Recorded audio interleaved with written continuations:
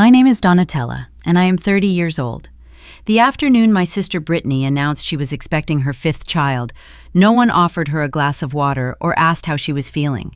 Instead, my mother Brenda raised her plastic cup of iced tea, turned her gaze directly to me, and issued a command. "You will handle the older 4 kids."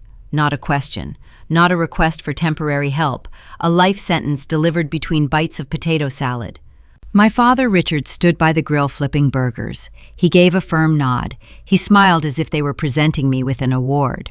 I sat at the patio table, the heat of the Indiana summer pressed down on my shoulders, but my hands went ice cold. Brittany's 4 kids were currently ripping up the flower beds, throwing mud at the siding of my parents' house. Brittany just rubbed her flat stomach and sighed. I set my fork down. The metal clinked sharply against the glass table. "I am not taking your children," I said. The yard went dead silent. The neighbor's lawnmower seemed to echo in the distance. Brenda lowered her cup. Her jaw tightened. "Excuse me," Brenda snapped. "Your sister is exhausted. You work on a computer at home all day. You have plenty of spare time. It is your duty to this family." I looked at Brittany. She crossed her arms, her diamond ring catching the sunlight. She smirked. "You do not even have a family, Donatella," Brittany sneered. "You sit in your house all alone. Think of this as your training for when you get a real life." That sentence did not make me scream. It did not make me cry. It simply snapped the last thread of obligation I had ever felt toward these people. I stood up, picked up my purse, and walked out the side gate. I ignored Brenda shouting my name from the patio. I got in my car and drove away, believing I had just set a firm boundary. I was entirely wrong, because toxic people do not respect boundaries. They view them as challenges. The next morning at 8:15, my phone rang. The caller ID showed an unknown number. I answered, expecting a client. Instead, a stern voice spoke. "Ma'am, this is Officer Daniels. Someone left 4 children at the community center with a note stating you agreed to take custody of them today." Before I tell you exactly what I said to that officer, and the nightmare my mother set in motion, I have a quick question for you. How old are you, and where are you watching from today? Let me know in the comments. Welcome to Grape Vengeance, where we expose the truth. To understand why my mother felt entitled to forge my consent, you have to understand the dynamic of my family. I live in a quiet suburb in Indiana.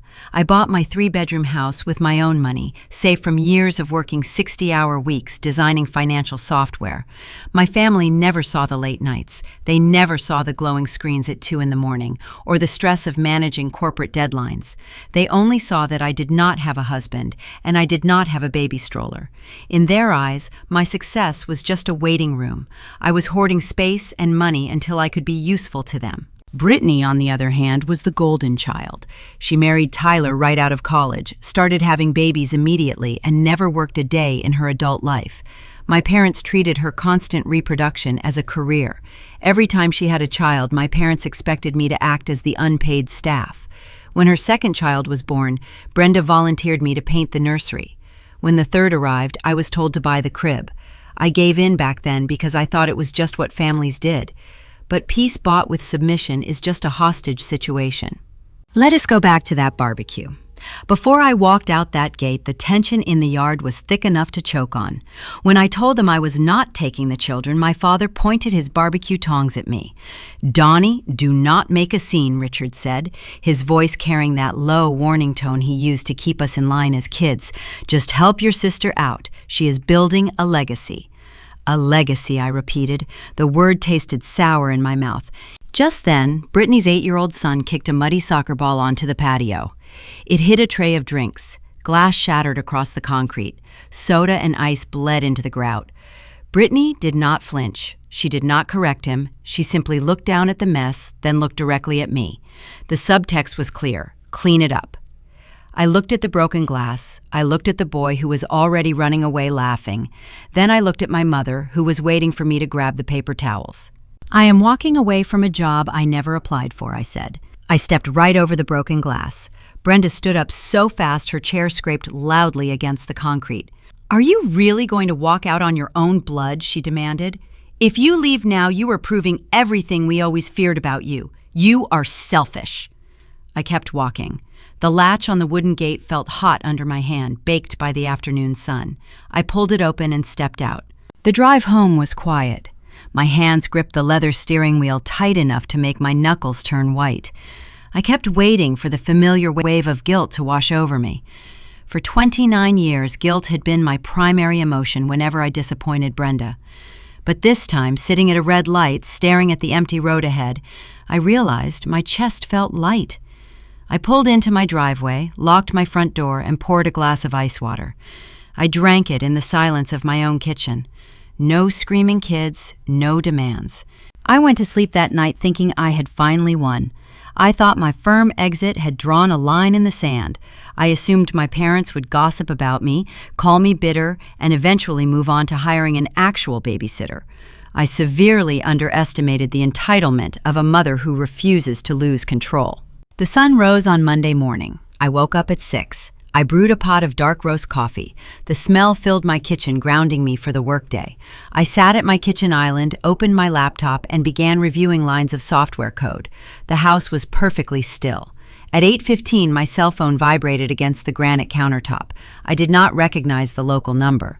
Assuming it was the bank or a courier, I swiped to answer. "Hello?" I said. "Is this Donatella?" a deep, measured voice asked. "Speaking. Ma'am, this is Officer Daniels with the local police department. I am currently standing in the lobby of the community center." My fingers hovered over my keyboard. The hairs on my arms stood up. "Is everything all right?" I asked. "No, ma'am, it is not," Officer Daniels replied. "The front desk staff just called us. Someone dropped 4 children off in the lobby about 20 minutes ago. They were left with a handwritten note." He paused, letting the silence hang. I could hear the faint sound of a child crying in the background. It sounded exactly like my youngest nephew. "The note states that you agreed to take custody of them for the day," he continued. "It lists your full name and your phone number. The adult who left them walked out before the staff could process the intake forms. Did you consent to this arrangement?" My coffee turned to ash in my mouth. My mother had not just ignored my boundary, she had forged my consent. She packaged her lie in a handwritten note, dumped 4 terrified children in a public building, and drove away. She created a high-stakes emergency, betting my love for my nieces and nephews would override my self-respect. She thought involving strangers would force my hand. I closed my laptop. The screen clicked shut. "Officer Daniels," I said, my voice dropping to a whisper, "I did not consent to anything. I explicitly refused to watch those children yesterday afternoon." I heard the scratch of a pen on paper through the receiver. "Understood," he said. "Ma'am, dropping minors off at a facility without proper registration and a willing guardian constitutes abandonment. We need you down here to clarify this situation. Are you coming to get them?" I stood up. I grabbed my car keys from the bowl by the door. My heart hammered against my ribs, but my mind was crystal clear. If I walked into that building and took those children home, Brenda won. I would validate her lie. I would become the permanent unpaid nanny she demanded. "I am coming down there right now," I told the officer, "but I am not coming to pick them up. I am coming to file an official police report." I hung up the phone and stared at the black screen for a long time. The silence in my kitchen felt different now. It felt violated. My mother had taken my name and turned it into a weapon. She had driven her 4 grandchildren to a public building, handed them over to strangers, and used my identity as her get-out-of-jail-free card. I grabbed my purse. My keys jingled in the quiet house. I walked out the front door and locked it behind me. The morning air was already thick with humidity. I started my car and pulled out of the driveway. The community center was 12 minutes away. Those 12 minutes felt like an eternity. As I drove down the familiar streets of my Indiana town, my mind dragged me back through 20 years of family history. I needed to understand how my mother could do something so reckless. Then I remembered 8th grade. Brittany had skipped school for 3 days straight to hang out with her older boyfriend. When the principal called, Brenda did not ground her. She typed up a fake doctor note on our home computer, forged a signature, and handed it to Brittany with a smile. "We take care of our own," Brenda had said. That was the family motto. It actually meant Brenda covers up Brittany's mistakes and the rest of us pay the price.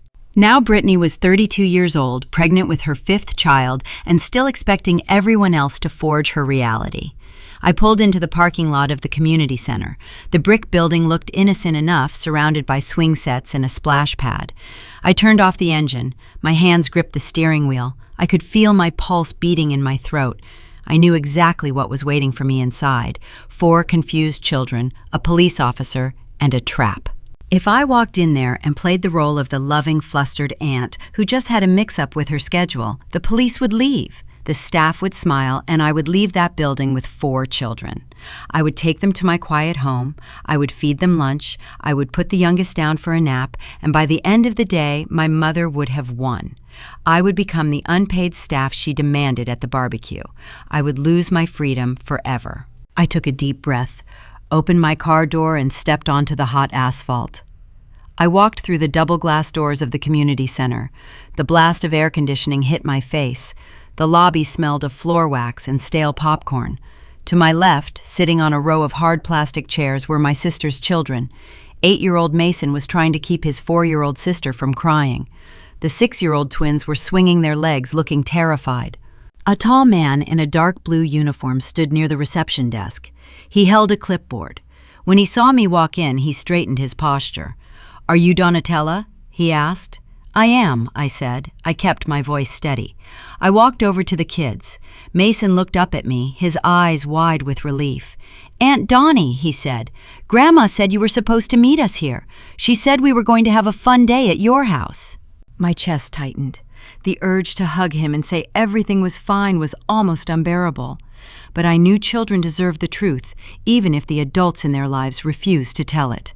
I knelt down so I was eye level with him. I placed my hand on his shoulder. "I am right here, Mason," I said gently. "But Grandma made a mistake. We are going to figure this out with the officer." I stood up and faced Officer Daniels. He motioned for me to step a few feet away near the water fountain so the children would not hear the details. "I appreciate you coming down so quickly," Officer Daniels said. He unclipped a clear plastic sleeve from his board. Inside was a piece of lined notebook paper. He held it up for me to read. The handwriting was undeniable. The loops and harsh slants belonged to Brenda. I had seen that handwriting on birthday cards and grocery lists my entire life. The note read exactly like this: "Donatella has agreed to take custody of Mason, Chloe, Liam, and Emma for the day. She is their aunt, and she has no other obligations. Please call her if they need anything. Her phone number is listed below. Their mother is resting for her new baby." I stared at the words. She has no other obligations. My mother had literally written my worth down on a piece of paper and handed it to strangers. My career, my home, my life, none of it counted as an obligation in her eyes. "Is this your phone number?" the officer asked. "Yes," I answered. "Did you write this note?" "No." "Do you know who wrote it?" I looked at the officer. I thought about the barbecue. I thought about the smirk on my sister's face. I thought about my father telling me to just help out and not make a scene. "My mother wrote it," I said. "Her name is Brenda. She dropped them off." Officer Daniels lowered the clipboard. His expression shifted from professional curiosity to stern concern. "Ma'am," he said, "the front desk attendant told me an older woman walked the children through the doors, handed this note to a teenage camp counselor, and walked out before anyone could ask her to sign the emergency contact forms. We called you because your name was the only one provided. Did you agree to watch these children today?" I looked him right in the eye. I did not. In fact, yesterday afternoon, my mother commanded me to take them. I explicitly refused. I left their house to avoid the argument. She forged this note to force my hand. The officer let out a slow breath. He pulled a pen from his shirt pocket. "You need to understand the severity of this situation," he said. "In the state of Indiana, leaving minors in a public facility without proper registration, without a designated guardian present, and without verified consent is not a miscommunication. It is considered child abandonment." The word hung in the air. Abandonment. "If something had happened to those kids in this lobby," he continued, "or if they had wandered out into the parking lot before the staff secured them, the adult who left them would be facing criminal endangerment charges." I felt a cold sweat break out on the back of my neck. My mother was so blinded by her desire to control me that she had put her own grandchildren in danger. "So what happens now?" I asked. That depends on you, Officer Daniels replied. We can process this as a family dispute. You can sign the release forms, take the children home, and handle the conflict privately. Or, if you maintain that you do not consent to taking them, we escalate this. I will have to contact their legal guardians.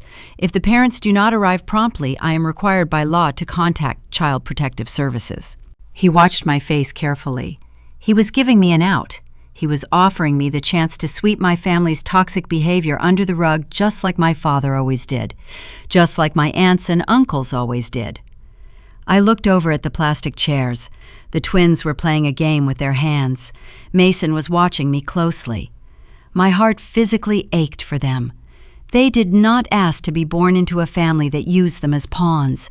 They did not deserve to sit in a cold lobby surrounded by police. But I knew the truth. If I took them home today, there would be another emergency tomorrow. Brittany would claim she needed a week off. Brenda would drop them at my house instead of the center. The demands would never stop until my life was entirely consumed by their needs. I would teach them that lying and forgery were effective strategies. I turned back to Officer Daniels.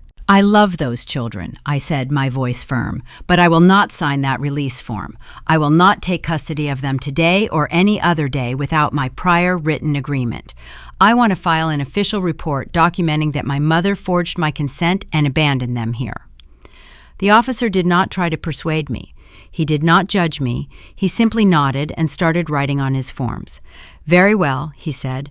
I need the names and phone numbers of the legal guardians. I gave him Brittany and Tyler's contact information. I gave him Brenda's cell phone number. I'm going to step outside to make these calls, Officer Daniels said. I suggest you stay near the front desk. Do not remove the children from the lobby. I will not, I promised. He walked out through the double doors holding his radio. I walked back over to the children and sat down in the empty plastic chair next to Mason. He leaned against my arm. Are we going to your house now? He asked. No, buddy, I said softly. Your mom and dad are going to come pick you up soon. Why? He asked, furrowing his brow. Grandma said you wanted us. I swallowed the lump in my throat. I always want you to be safe, I told him. But adults have rules they have to follow too. And right now, the police need to talk to your parents about the rules. We sat there in the buzzing fluorescent light of the lobby. I pulled my phone out of my purse and checked the time. It was 8:45. In less than 20 minutes, my sister and my mother were going to receive phone calls from the police. They were going to realize their trap had failed. The narrative they always controlled was about to be documented by the authorities. I knew the explosion was coming. I just sat there waiting for the doors to open. 15 minutes dragged by under the hum of the lobby air conditioning. I sat next to Mason while the twins drew on scrap paper provided by the front desk.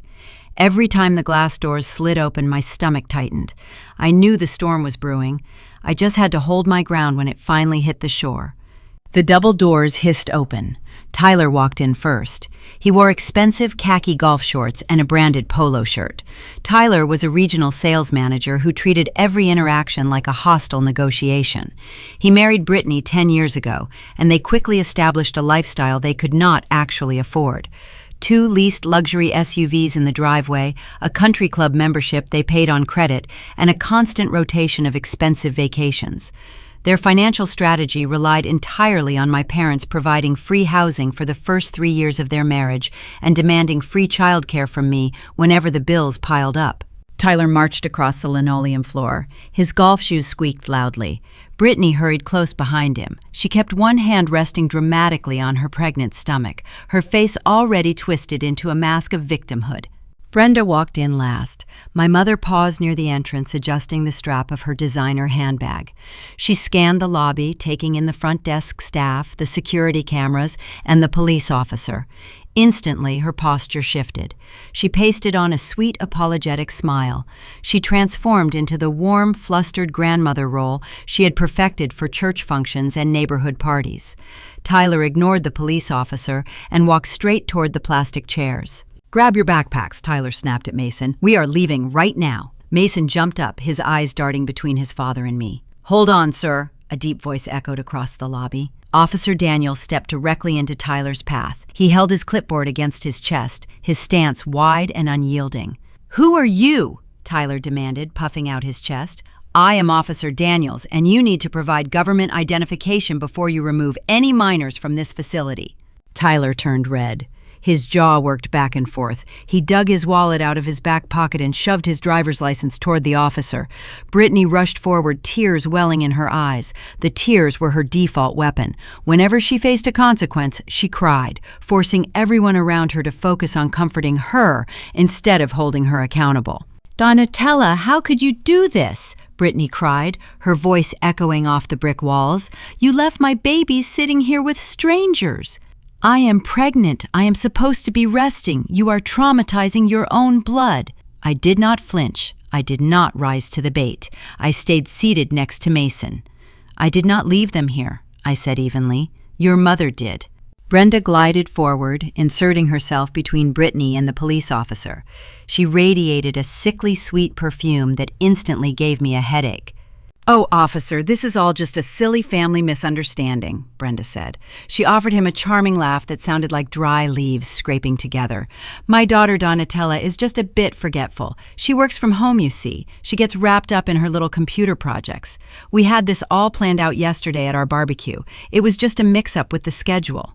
She reached her hand out, attempting to touch the officer on the arm. Officer Daniels took a deliberate step back. "Ma'am," the officer said, his tone flat, "there is no mix-up. The front desk attendant provided a description matching you. You walked these children inside, handed over a handwritten note, and left the premises without completing the required registration or waiting for the designated guardian to arrive." Brenda's fake smile faltered. The corners of her mouth twitched. She shot a sharp glance in my direction. "Well, I had an urgent appointment," Brenda lied smoothly, "and Donatella was supposed to be right behind me." I stood up. I smoothed the front of my shirt. I looked past my mother and focused directly on the badge pinned to the officer's uniform. "Officer Daniels," I said, my voice projecting clearly across the quiet lobby. "I wanted on the official record that I explicitly refused this arrangement yesterday afternoon. I never agreed to be here. I never agreed to watch them. My mother forged that note to force me into compliance." The lobby went dead silent. The front desk attendant stopped typing. A parent waiting near the vending machines turned around to watch us. Brenda's face drained of color. The public image she spent decades curating was cracking under the fluorescent lights. In our family, you never spoke the truth in front of outsiders. You maintained the illusion of the happy, loving clan, no matter how toxic the reality was behind closed doors. By stating the facts out loud, I had broken her cardinal rule. "You ungrateful brat," Tyler hissed, stepping around his wife. "You are causing a scene over a favor. You have no husband. You have no kids. You owe this family your time." Officer Daniels placed his hand firmly on his duty belt. "Step back, sir," the officer commanded. His voice cracked like a whip. "Keep your voice down or I will escort you outside." Tyler froze. The bravado melted off his face, replaced by a sudden nervous realization that he was not the authority figure in this room. Officer Daniels turned his attention back to Brittany and Tyler. "Let me make this very clear for both of you," the officer stated. "In the state of Indiana, relying on a forged note to dump your children in a public building constitutes abandonment. It does not matter if the person listed on the note is a relative. Consent must be verified. If I receive one more call from this facility regarding these children being left without a willing registered guardian present, I will not call you. I will call Child Protective Services. Do you understand me?" Brittany let out a loud sob. She buried her face in her hands. Tyler swallowed hard, the Adam's apple bobbing in his throat. "Yes, officer," Tyler mumbled. "You need to sign the release forms at the desk," Officer Daniels instructed. "A copy of this incident report will be attached to their file." Tyler walked over to the front desk, his shoulders slumped in defeat. He signed the paperwork under the watchful eye of the attendant. Brittany gathered the children, herding them toward the exit. She did not look at me. Mason waved a small goodbye with his hand, and I offered him a sad smile in return. Brenda was the last to leave. She stood near the glass doors, her back rigid. The sweet grandmother persona was gone. She stared at me with cold, calculating eyes. "You think you are so smart," Brenda whispered, making sure the officer could not hear her. "You humiliated us in front of these people. You betrayed your pregnant sister. We will never forget this." She turned on her heel and pushed through the doors. I stood alone in the lobby.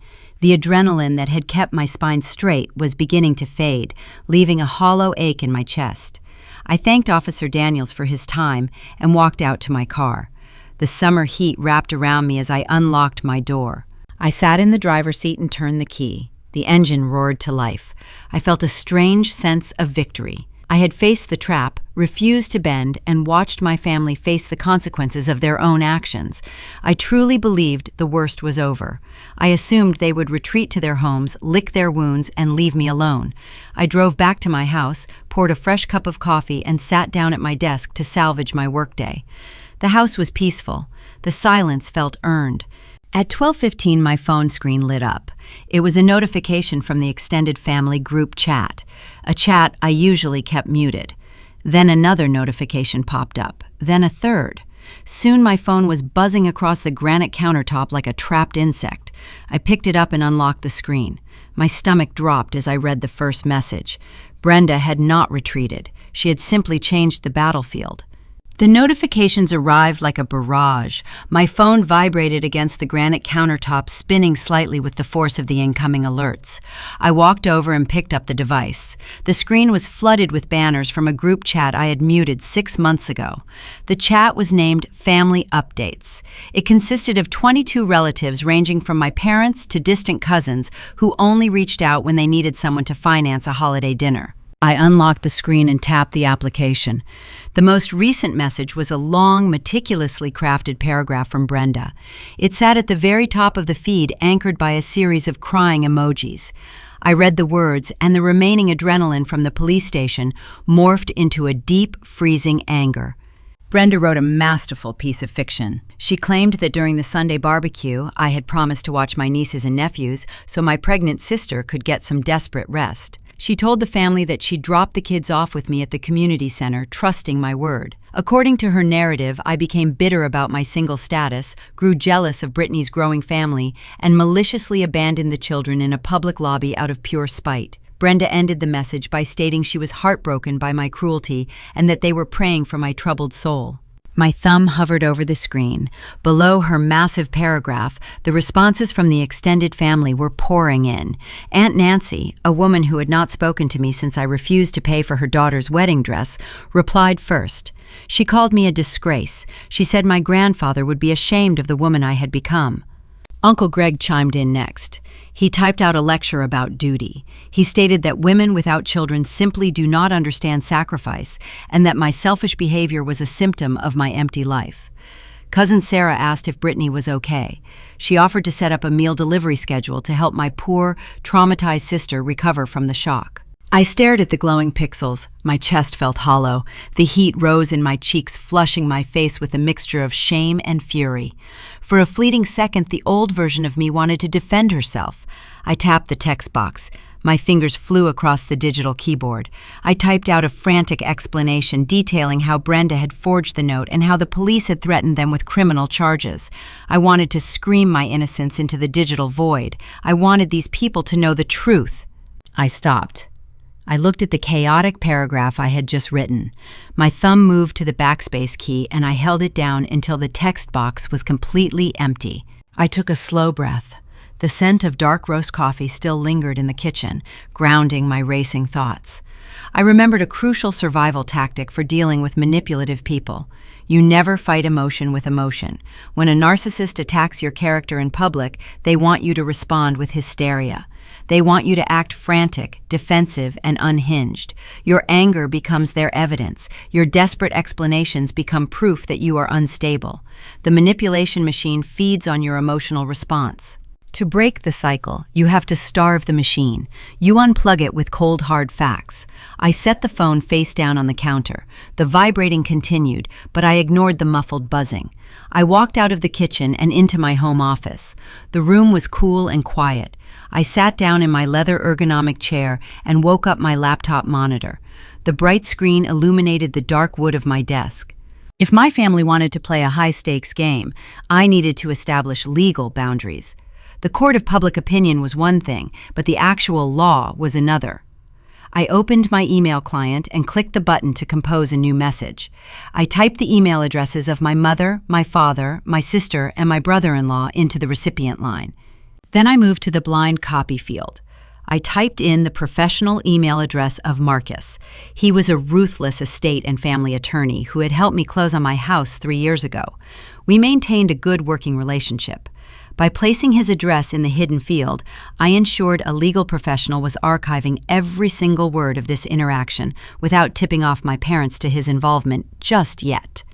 I moved to the subject line and typed 3 words: formal boundary notice. I did not start the email with a greeting. I did not ask how the children were doing. I kept the language sterile, clinical, and devoid of any emotional hooks they could twist. I, Donatella, do not consent to be listed, named, implied, or represented as a caregiver, guardian, emergency contact, transportation provider, or child care substitute for Brittany and Tyler's children. I have never consented to these roles. Any previous assistance was isolated and does not constitute an ongoing agreement. I paused reading the paragraph twice to ensure there was no ambiguity. Then I continued typing. Furthermore, any future attempt to drop minors at my residence, my place of employment, or any public facility under my name without my prior written agreement will be viewed as harassment and child endangerment. As established with Officer Daniels this morning at the community center, the local authorities are already aware of the forged note and the false claims made today. Further violations will result in immediate legal action and a formal report to the relevant state agencies. All future communication regarding this matter must be in writing. I leaned back in my chair. The text stared back at me, sharp and uncompromising. It felt like stepping out of a suffocating room and breathing clean air for the first time in 3 decades. I dragged the mouse pointer over to the send button. I clicked it. A small swoosh sound played through the laptop speakers, confirming the message was delivered. The legal shield was now in place. My boundaries were documented, time-stamped, and witnessed by an attorney. I stood up and stretched my arms over my head. My shoulders popped, releasing the tension I had been carrying since the barbecue. I walked back into the kitchen to grab a glass of water. My phone was still sitting face down on the granite island. It vibrated again, sliding a fraction of an inch across the smooth stone. I picked it up and flipped it over. The family group chat now had 47 unread messages. The smear campaign was gaining momentum. Brenda was playing the conductor, orchestrating a symphony of outrage against me. Several cousins were discussing whether they should stage an intervention at my house. Another aunt suggested they call my employer to request a wellness check, claiming my isolation was making me mentally unwell. The email I just sent would protect me from their physical demands. It would protect me in a court of law, but a formal legal notice does not stop a narcissist from destroying your reputation among the people you grew up with. Brenda felt safe in that group chat. She believed she controlled the flow of information. She operated on the assumption that I would remain the quiet, obedient daughter who absorbed the shame to keep the family peace. She thought I was unarmed. I unlocked the phone and opened my camera roll. While I was standing in the lobby of the community center right before Officer Daniels made his phone calls, I had asked him for a small favor. I asked if I could document the situation for my own records. He had placed the plastic clipboard on the front desk, and I used my phone to take a crystal-clear, high-resolution photograph of the lined notebook paper. I tapped on the image to enlarge it. The harsh loops of Brenda's handwriting filled the screen. Every word of her forgery was perfectly legible. I stared at the sentence she had written so casually. Donatella has no other obligations. My mother had built her entire smear campaign on the premise that I promised to help and then backed out maliciously. She relied on the family believing her word against mine. But facts do not care about family loyalty. Evidence does not care about tears. It was time to introduce the truth into the group chat. I was not going to defend myself with a long emotional essay. I was not going to argue with Aunt Nancy or Uncle Greg. I was going to drop a single pebble into their echo chamber and watch the ripples tear their false narrative apart. I selected the photo of the forged note and hit the share button. I selected the family updates group chat. I drafted one short, undeniable sentence to accompany the image. I took a deep breath, steadying my hands, and prepared to press send. I pressed the send icon on my phone. The digital arrow turned gray, and the image of the handwritten note loaded into the family group chat. Below the picture, my caption sat there like a brick thrown through a glass window. I never agreed to watch them, Mom dropped them off illegally, and the police documented her forgery. I had used the editing tool on my phone to draw a bright yellow rectangle around one specific sentence in my mother's handwriting. Donatella has no other obligations. The letters were crisp. The looping cursive was undeniable. Anyone who had ever received a birthday card, a holiday recipe, or a thank you note from Brenda knew those pen strokes. I placed my phone face up on the granite island and took a step back. I crossed my arms over my chest. Before I sent that image, the group chat had been a constant barrage of notifications. Chimes and buzzes had echoed through my kitchen every few seconds as aunts, uncles, and cousins piled on to the smear campaign. They had been eager to condemn me. They had enjoyed playing the moral authority. But the moment the picture delivered, the notifications stopped. The silence in my kitchen became profound. I watched the screen. Tiny icons appeared beneath my message indicating that the family members were reading it. One by one, the read receipts populated. Uncle Greg saw it. Cousin Sarah saw it. Aunt Nancy saw it. My sister Brittany saw it. Finally, my mother Brenda saw it. I waited. 1 minute passed, then 3. The digital air was dead. For 10 agonizing minutes, nobody typed a single letter. I could practically feel the collective shock radiating through the cellular network. 22 people were staring at an official police document that proved the beloved matriarch of our family was a liar, a manipulator, and a fraud. They were reading the harsh, dismissive words she had written about my life. They were processing the reality that she had abandoned 4 young children in a public lobby just to win a power struggle. The narrative they had spent the last 3 hours building collapsed under the weight of visual proof. I walked over to the refrigerator, pulled out a bottle of sparkling water, and twisted the cap off. The sudden hiss of carbonation sounded incredibly loud. I took a slow drink, keeping my eyes glued to the phone screen. At exactly 12:30, a typing bubble appeared at the bottom of the chat. Someone was brave enough to break the stalemate. It was Aunt Carol. She lived in Ohio and was a retired high school principal. Carol was Richard's older sister, and she had never fully bought into Brenda's perfect housewife routine. She possessed a sharp mind and zero tolerance for nonsense. For decades, Carol had quietly observed the strange dynamic in our house, but she rarely intervened. She lacked the evidence to call out the manipulation. Today, I handed her the evidence on a silver platter. Carol's message popped onto the screen. It was short, sharp, and devastating. "Brenda, what is wrong with you?" That single question shattered the dam. The tide turned instantly.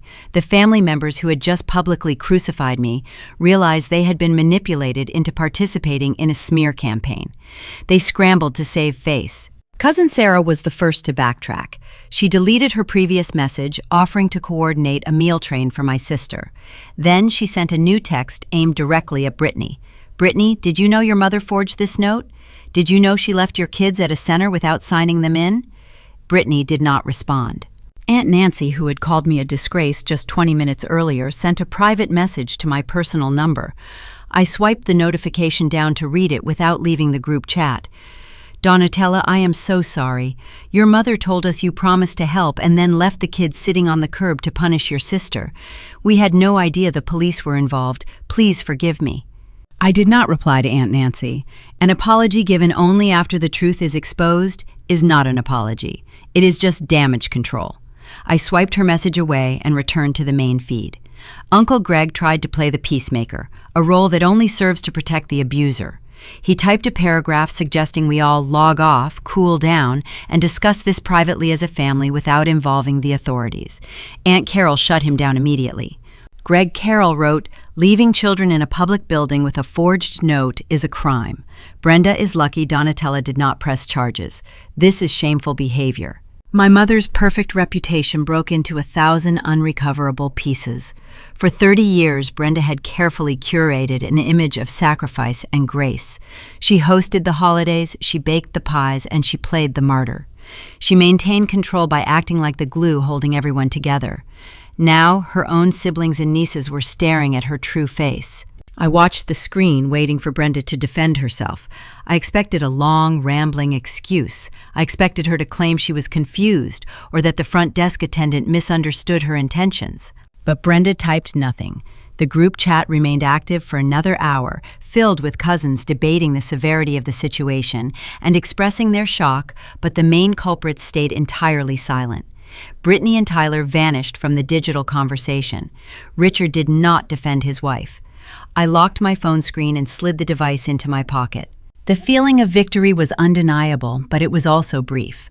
I knew my mother better than anyone else in that chat. A healthy person caught in a terrible lie feels remorse. They feel shame. They reach out to apologize and try to make amends. Narcissists do not apologize when they are exposed. They retaliate. By posting that photograph, I had inflicted a severe narcissistic injury. I had stripped away her mask in front of the audience she valued most. I had humiliated her. She could no longer control the family narrative, which meant she had to find a new way to punish me. She needed to hit me where it would hurt the most. She needed to take away my independence. My career was my fortress. I worked as a senior developer for a major financial software firm. The job provided my salary, my health insurance, and the mortgage payments for my sanctuary. It gave me the leverage to say no to my family. Brenda and Brittany despised my job because it was the one boundary they could not cross. They viewed my remote work setup as a fake career, a convenient excuse I used to avoid serving them. If I lost my job, I would lose my home. If I lost my home, I would have no choice but to move back into my childhood bedroom in their house. I would become financially dependent on them, transforming into the permanent captive nanny they always wanted. I spent the next 48 hours working in blissful ignorance. I logged into my company server, attended virtual meetings, and pushed software updates. The family group chat eventually went dormant. Nobody knocked on my front door. I mistakenly believed the threat had passed. On Wednesday afternoon, the sky outside my home office window turned gray with an impending summer storm. Thunder rumbled in the distance. I was focused on a complex line of code when a notification chimed through my computer speakers. It was an email from my corporate server. I clicked the envelope icon. The message was an automated calendar invitation. The sender was the Director of Human Resources. The meeting was titled Urgent Personnel Matter, and it was scheduled to begin in exactly 10 minutes. My manager was listed as a mandatory attendee. My hands hovered over the keyboard. A cold knot formed in the pit of my stomach. In the corporate world, an unscheduled meeting with a department head and your direct manager never meant good news. It meant you were either being laid off or you were under investigation. I clicked the green button to accept the invitation. I checked my webcam, straightened the collar of my shirt, and waited for the virtual meeting room to open. I had no idea that Brenda and Brittany had spent the last 2 days scouring the internet, calling my corporate headquarters, and setting a trap designed to destroy my entire life. At exactly 1 o'clock, the digital clock on my taskbar shifted. I clicked the green button to join the video conference. The screen flickered black for a fraction of a second before 2 video feeds populated my monitor. In the top panel sat Patricia. She was the Director of Human Resources for our North American division. Her office was located in Chicago, and I had only spoken to her twice during my 5-year tenure at the firm. Patricia wore a dark gray blazer. Her expression was rigid, her lips pressed into a thin line. In the bottom panel was David, my direct supervisor. David and I usually joked about weekend plans before our weekly check-ins. Today, he was not smiling. He refused to look into his webcam. Instead, he stared down at his desk, picking at the edge of a paperclip. The silence stretched across the digital connection. It was the kind of heavy, suffocating quiet that precedes a disaster. Donatella, Patricia began. Her voice was flat, carrying the sterile tone of someone reading from a legal script. "Thank you for making time for this urgent meeting." "Of course," I replied. My vocal cords felt tight. "Is everything all right?" "We have a situation that requires immediate clarification," Patricia continued. She adjusted her glasses, leaning closer to her microphone. "Over the past 48 hours, our corporate ethics hotline has received 3 separate phone calls regarding your employment here." My eyebrows furrowed. I stared at her digital image, trying to process the sentence. "Our firm developed financial software for major banks. The ethics hotline was designed for whistleblowers to report corporate fraud, embezzlement, or harassment. I worked alone from my home office in Indiana. I wrote code. I had no access to client funds." "I do not understand," I said. Who called the hotline? The callers chose to remain anonymous, Patricia stated. However, they provided specific details about your personal life and your residence. They claimed to be concerned neighbors and community members. David finally looked up at his camera. His face was pale, Donnie David said, his voice softer than Patricia's. The claims are very serious. We are required by company policy to investigate any report that suggests an employee might pose a liability or a danger to themselves or others. Danger. The word echoed in my quiet kitchen. A cold bead of sweat formed at the base of my neck. Patricia folded her hands on her desk. The callers stated that you are currently experiencing a severe psychological breakdown. They reported that you are exhibiting erratic behavior, isolating yourself, and displaying alarming signs of mental instability. My breath caught in my throat. I sat perfectly still in my ergonomic chair.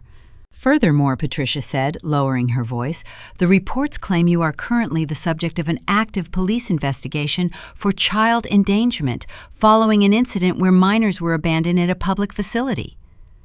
The air vanished from the room. My vision tunneled, focusing solely on Patricia's stern face on the monitor. The walls of my safe, secure sanctuary felt like they were shrinking. In a fraction of a second, the pieces of the puzzle slammed together in my mind. The anonymous callers were not neighbors. They were not concerned community members. The callers were Brenda and Brittany. My mother had realized her group chat smear campaign was not enough to break me. She saw that I was ignoring the family gossip. She knew my independence was shielded by my income, so she decided to burn my fortress to the ground. I traced their steps in my head. My family always ridiculed my career. They called it my little computer hobby. But 3 Christmases ago, the company sent us branded fleece jackets as an end-of-year gift. I wore that jacket to my parents' house to pick up a holiday ham. Brenda must have remembered the corporate logo embroidered on the chest. From there, a simple internet search would reveal our headquarters in Chicago. A quick glance at my LinkedIn profile would provide them with David's name and my exact job title. Brenda was a social chameleon. I could easily picture her sitting at her kitchen island, holding her cell phone, using her sweet, trembling grandmother voice to feed a fabricated story to an HR representative. I could picture Brittany making the second call, crying into the receiver, pretending to be a terrified neighbor witnessing a breakdown. They weaponized the community center incident. They took their own crime, flipped the roles, and reported it to my employer. Patricia cleared her throat, pulling me back to the present moment. Donatella, she said gently but firmly, we value your contributions to this company. Your performance reviews have always been stellar, but financial institutions trust us with sensitive data. If an employee is under a criminal investigation or dealing with a crisis that impairs their judgment, we have to take protective measures. We may need to place you on immediate administrative leave, pending a full review. Administrative leave, the corporate term for being pushed out the door. The financial reality hit me like a physical blow. If I was suspended, my income would freeze. If the investigation dragged on, or if they deemed me a liability, I would be terminated. My savings would cover my mortgage for a few months, but eventually, the bank would foreclose on my home. I would lose my health insurance. I would lose the quiet life I had built with my own 2 hands. And that was exactly what Brenda wanted. If I lost my house, I would have nowhere to go. The rental market in our Indiana suburb was far too expensive for someone without a steady paycheck. I would be forced to pack my belongings into cardboard boxes and drive back to my childhood home. I would have to ask Richard and Brenda for a place to sleep. They would welcome me with open arms. They would clear out the spare room. They would tell the extended family they were generously rescuing their troubled daughter. And the very next morning, Brittany would drop her 4 children off in my lap. I would become the permanent, financially dependent nanny they always desired. I would be trapped under their roof, working off my debt by changing diapers and driving carpools, stripped of my autonomy, my money, and my pride. The sheer calculation of the betrayal froze the blood in my veins. This was not a petty argument over a barbecue. This was not a misunderstanding. This was a deliberate, coordinated effort to ruin my livelihood. They were willing to destroy my entire future just to secure free childcare for a sister who refused to raise her own offspring. David rubbed his forehead. We want to hear your side of this, Donnie. Is there any truth to these reports? Are the police involved with you right now? I stared at the webcam, My hands stopped shaking. The shock evaporated, replaced by a crystalline, icy focus. My family assumed I would panic. They assumed a corporate interrogation would intimidate me into resigning or begging for mercy. They forgot that I deal with logic and data for a living. I took a slow, measured breath. I reached over to the side of my desk. My fingers brushed against a thick manila folder. It was the same folder I had compiled 2 days ago, immediately after returning from the police station. "Patricia David," I said. My voice was calm, steady, and devoid of any hysteria. "I appreciate you bringing this to my attention. I understand why the company must treat these anonymous tips seriously." Patricia nodded, her posture relaxing just a fraction. However, I continued, leaning closer to the camera. "The individuals who called the hotline are committing corporate harassment and defamation. They are using this company as a tool to enact a personal vendetta." David frowned, leaning into his screen. "A vendetta? Who is calling my own mother and sister?" I stated clearly.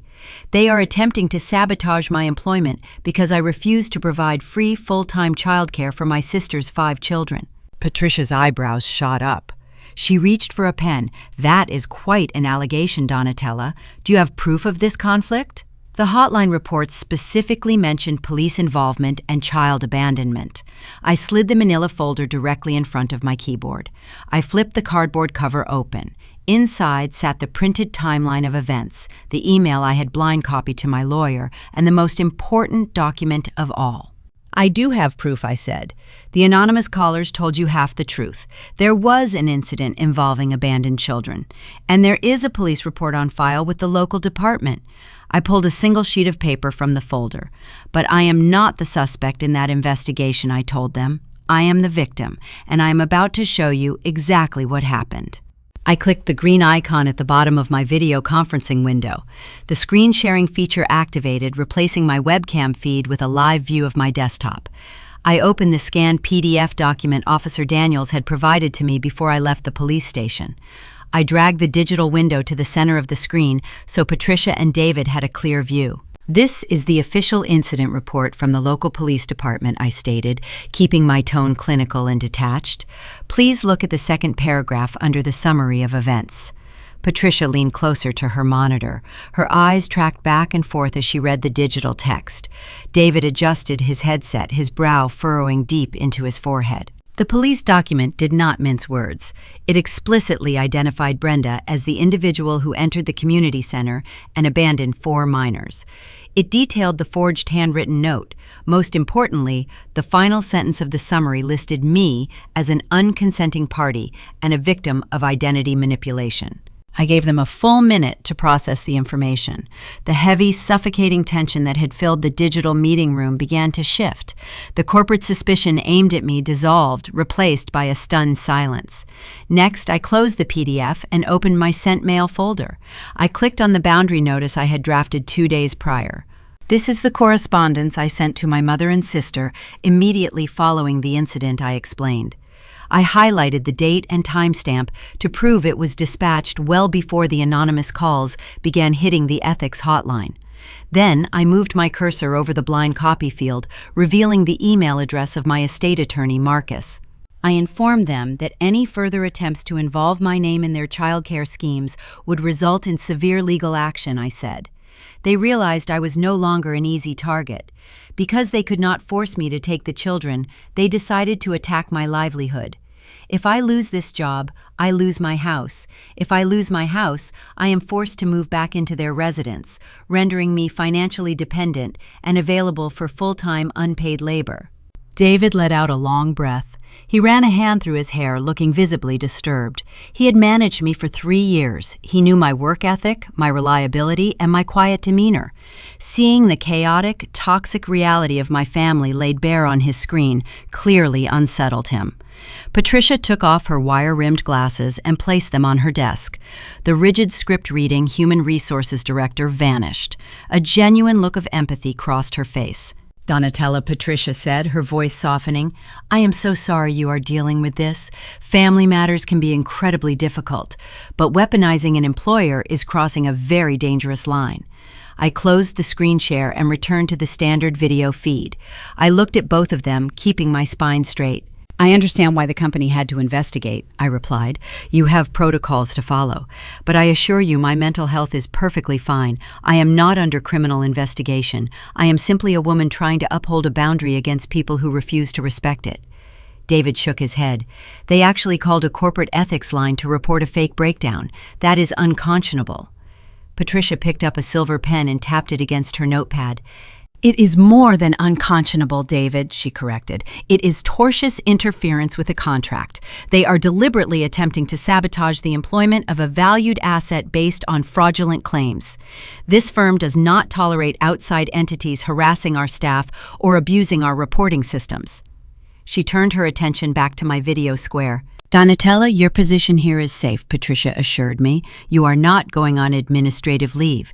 In fact, I'm going to forward this evidence to our corporate legal department. We have a duty to protect our employees from targeted workplace harassment. Would you be comfortable with our attorneys issuing a formal cease and desist order to your mother and sister? The offer caught me off guard. I expected to spend the meeting defending my sanity and fighting for my paycheck. I never expected a multi-billion-dollar financial software firm to step into the ring on my behalf. I would be very comfortable with that, I answered. The meeting ended 10 minutes later. The relief washed over me like a cool wave. I had faced the very trap Brenda designed to destroy me, and I walked away with a corporate legal team standing at my back. The lawyers at my company worked fast. By the following afternoon, Elena, a senior attorney from the corporate counsel office, sent me a draft of the letter for review. The document was a masterpiece of legal intimidation. Printed on thick, watermarked company letterhead, the notice outlined the exact dates and times of the anonymous phone calls. It stated that the firm possessed IP logs and voice recordings from the ethics hotline that could be subpoenaed. Elena cited specific state statutes regarding defamation, harassment, and interference with business relations. The final paragraph delivered a cold ultimatum.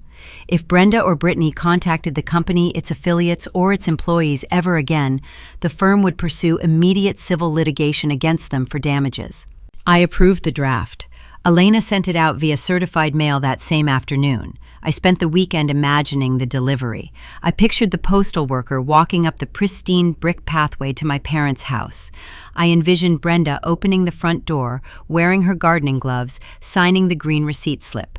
She probably assumed it was a catalog or a gift. Then she would tear open the envelope. She would unfold the thick paper, see the corporate logo, and read the threat of a lawsuit from a company possessing more money and power than she could ever comprehend. Bullies operate on the assumption that their victims are weak and isolated. When they encounter a force capable of crushing them, their bravado evaporates. By Monday morning, the silence was absolute. The corporate ethics hotline received 0 new calls. The smear campaign in the family group chat died a quiet death.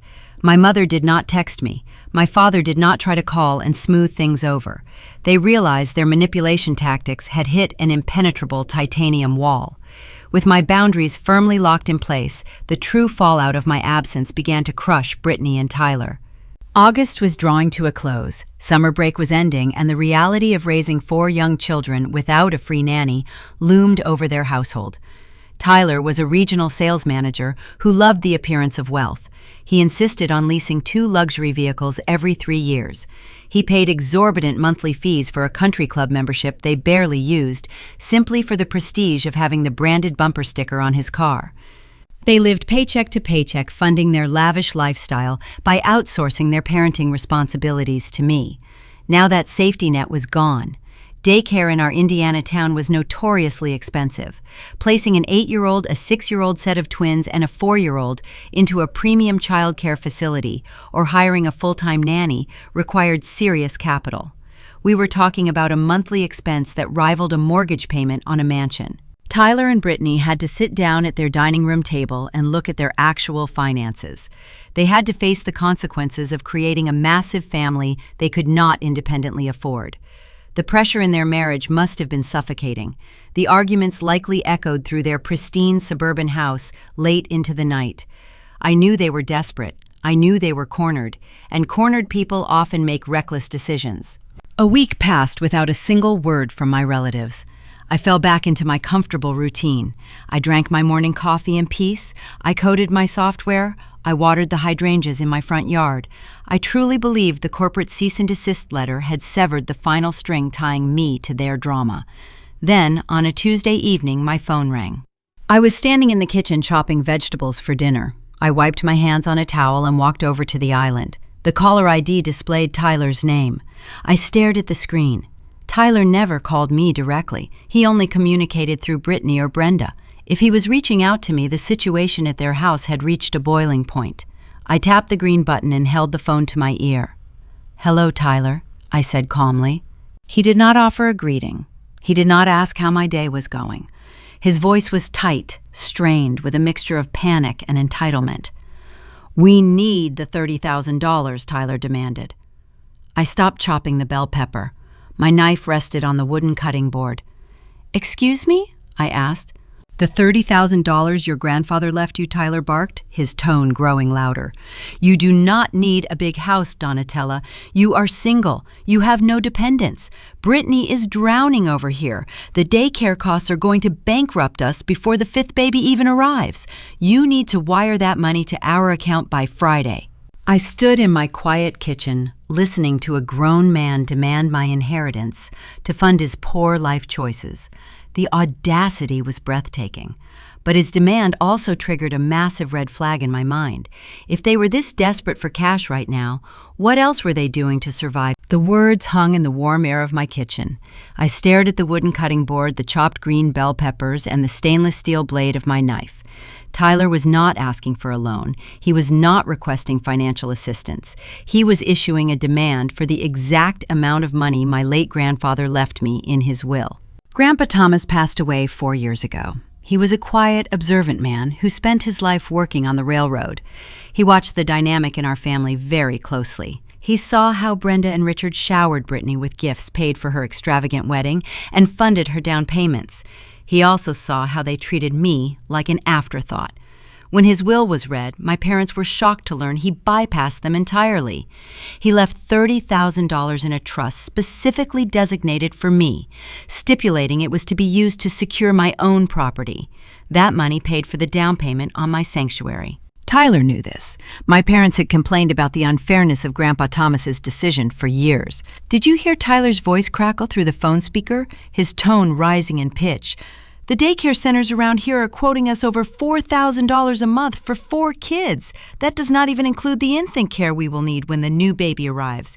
We cannot afford that." "That sounds like a severe budgeting issue," I replied, keeping my voice level. "It is a family crisis," Tyler shot back. "A crisis you caused when you abandoned your sister at the community center and threatened us with a corporate lawsuit. You owe us that money to cover the child care you refused to provide." I took a slow breath. The sheer entitlement radiating from the receiver was staggering. Tyler drove a leased German luxury sedan. Brittany drove a top-tier sports utility vehicle. They took annual vacations to luxury resorts. Yet, they felt entirely justified in attempting to strip away my hard-earned security to fund the consequences of their poor family planning. "You do not even need a big house," Tyler continued, his anger morphing into cruelty. "You are single, you have no dependents, you sit alone in that property doing nothing. Brittany is drowning over here. She is pregnant and stressed. You need to wire that money to our joint account by Friday or we will take you to court for causing emotional distress." I did not yell. I did not point out that the $30,000 was already invested into the equity of my home. I did not mention that suing me for emotional distress after receiving a corporate cease and desist letter was a fast track to legal ruin. Engaging with a desperate, entitled person is a losing game. You cannot negotiate with someone who views your resources as their personal checking account. I moved my thumb over the screen and pressed the red button. The call disconnected. I placed the phone face down on the granite counter. I stood in the silence of my kitchen. The refrigerator hummed a low, steady rhythm. I picked up my knife and scraped the chopped peppers into a glass bowl. My hands were moving through the familiar motions of preparing dinner, but my mind was sprinting in a different direction. A heavy, dark realization began to settle in my chest. Tyler was a proud, arrogant man. He hated asking anyone for help, especially me. For him to break the silence imposed by my company's legal department, the financial pressure inside his household had to be crushing. The loss of my free labor had forced them to confront the actual cost of raising 4 children. $4,000 a month for daycare meant $48,000 a year. That expense was impossible to absorb when they were already stretched thin by car payments and country club dues. They were desperate for cash. That desperation triggered a glaring red flag in my mind. If Tyler was bold enough to call me and demand my grandfather's inheritance, what else were they trying to extract? People who believe they own your time often believe they own your finances. My thoughts snapped back to Brenda. When I was 18 years old, I applied for my first student loan. Brenda sat next to me at the kitchen table filling out the paperwork.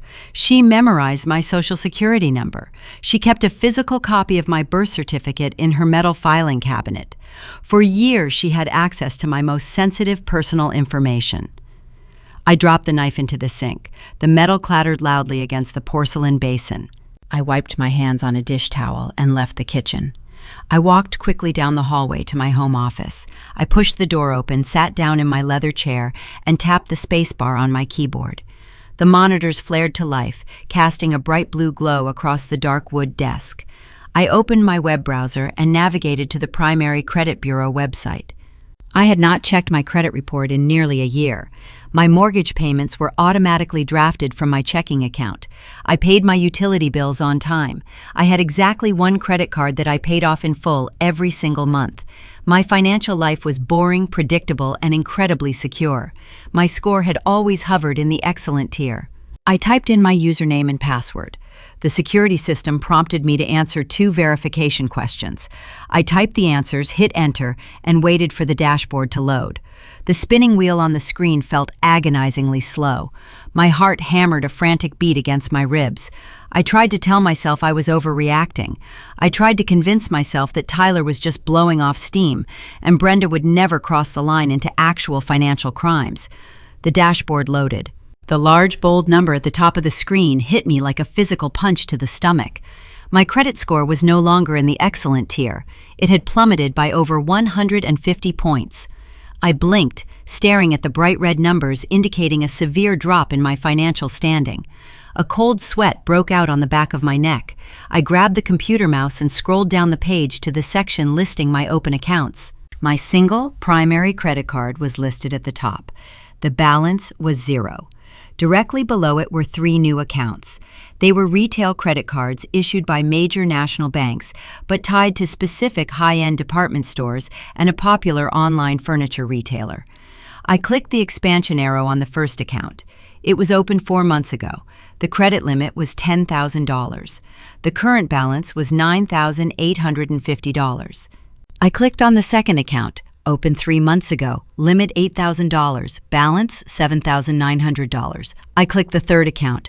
Opened just 6 weeks ago, limit $10,000, balance maxed out to the very last penny. I sat frozen in my chair. Over $27,000 in fraudulent debt had been accumulated under my name in less than half a year. I clicked further into the account details to view the billing information. The statements were not being mailed to my house. The billing address for all 3 fraudulent accounts was a post office box located in my parents' zip code. The phone number associated with the applications was a prepaid mobile line I did not recognize, but I recognized the purchase patterns. I leaned closer to the monitor reading the digital transaction summaries provided by the Bureau.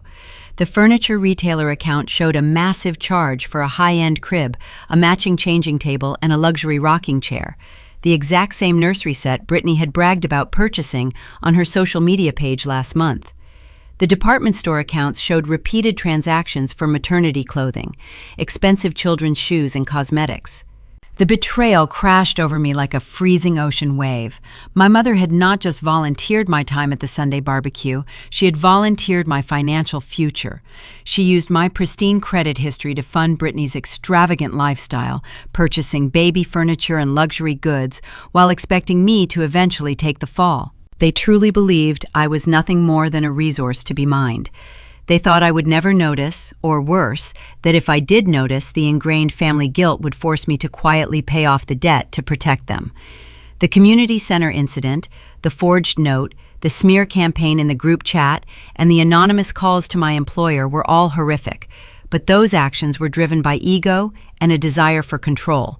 This was different. This was a calculated federal crime. I leaned back in my chair, the bright light from the monitors reflected in the dark window of my office. The anger coursing through my veins burned away any lingering traces of familial loyalty. Brenda and Tyler wanted my $30,000 inheritance. They failed to realize they had already stolen nearly that exact amount in credit. I did not pick up my phone to call them. I did not send a furious text message demanding an explanation. Screaming at a thief only gives them time to destroy the evidence. I reached into my desk drawer and pulled out a fresh legal pad and a pen. I wrote down the account numbers, the balances, and the dates they were opened. I was going to dismantle their perfect suburban lives piece by piece, using the very legal system they thought they could outsmart. The glowing numbers on the screen burned into my retinas. $27,000. I scrolled through the itemized digital receipts on the first department store account. The list was a timeline of my sister's vanity. $500 at a maternity boutique in early May, $200 spent on a luxury diaper bag a week later. There was a charge for an upscale weekend getaway at a lakeside resort in Michigan booked right after Brittany announced her 5th pregnancy. They drank expensive mocktails and ordered room service on my dime. The billing address for every single account was a post office box located 2 miles from my parents' house. I pushed my chair away from the desk. The leather squeaked against the hardwood floor. My chest felt tight, constricted by a betrayal so profound it knocked the breath out of my lungs. Brenda had not just stolen my money, she had stolen my identity. She had assumed the role of my financial ghost, signing my name on digital dotted lines, mortgaging my future so her favorite daughter could live like royalty.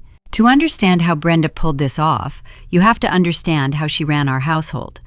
My mother operated our family like a private corporation, and she appointed herself the chief executive officer. When I turned 18 and prepared for college, Brenda insisted on filling out all my financial aid applications. She purchased a heavy fireproof lockbox and stored my original birth certificate, my passport, and my social security card inside it. She claimed she was keeping my documents safe. I believed her. In reality, she was maintaining an arsenal. Brenda possessed a photographic memory for numbers. She memorized my 9-digit social security code over a decade ago. To her, my assets were not my own. They were communal family resources waiting to be reallocated whenever Brittany needed a bailout. Most people would have picked up their cell phone and dialed their mother. Most daughters would have screamed into the receiver demanding answers, crying hot tears of betrayal.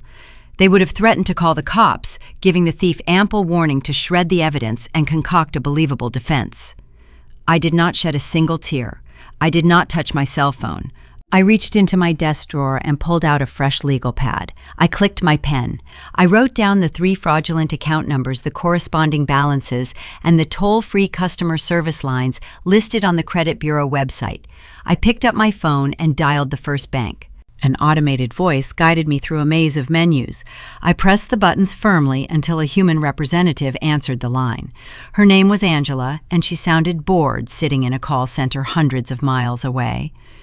"I need to report severe identity theft on an account opened in my name," I stated calmly. Angela asked for my identifying information. I provided my date of birth and my address. She pulled up the file. Her tone shifted immediately from bored to highly alert. "Ma'am, Angela said the address we have on file is a post office box in Indiana. The contact number is a prepaid cellular device. Are you stating you did not authorize these charges?" "I did not open this account," I replied. "I have never possessed the physical card. I have never shopped at that furniture retailer. The person who opened this account stole my social security number." Angela placed me on a brief hold. Soft elevator music played through the speaker. When she returned, she sounded incredibly professional. "I have frozen the account," Angela informed me. "The card is now deactivated.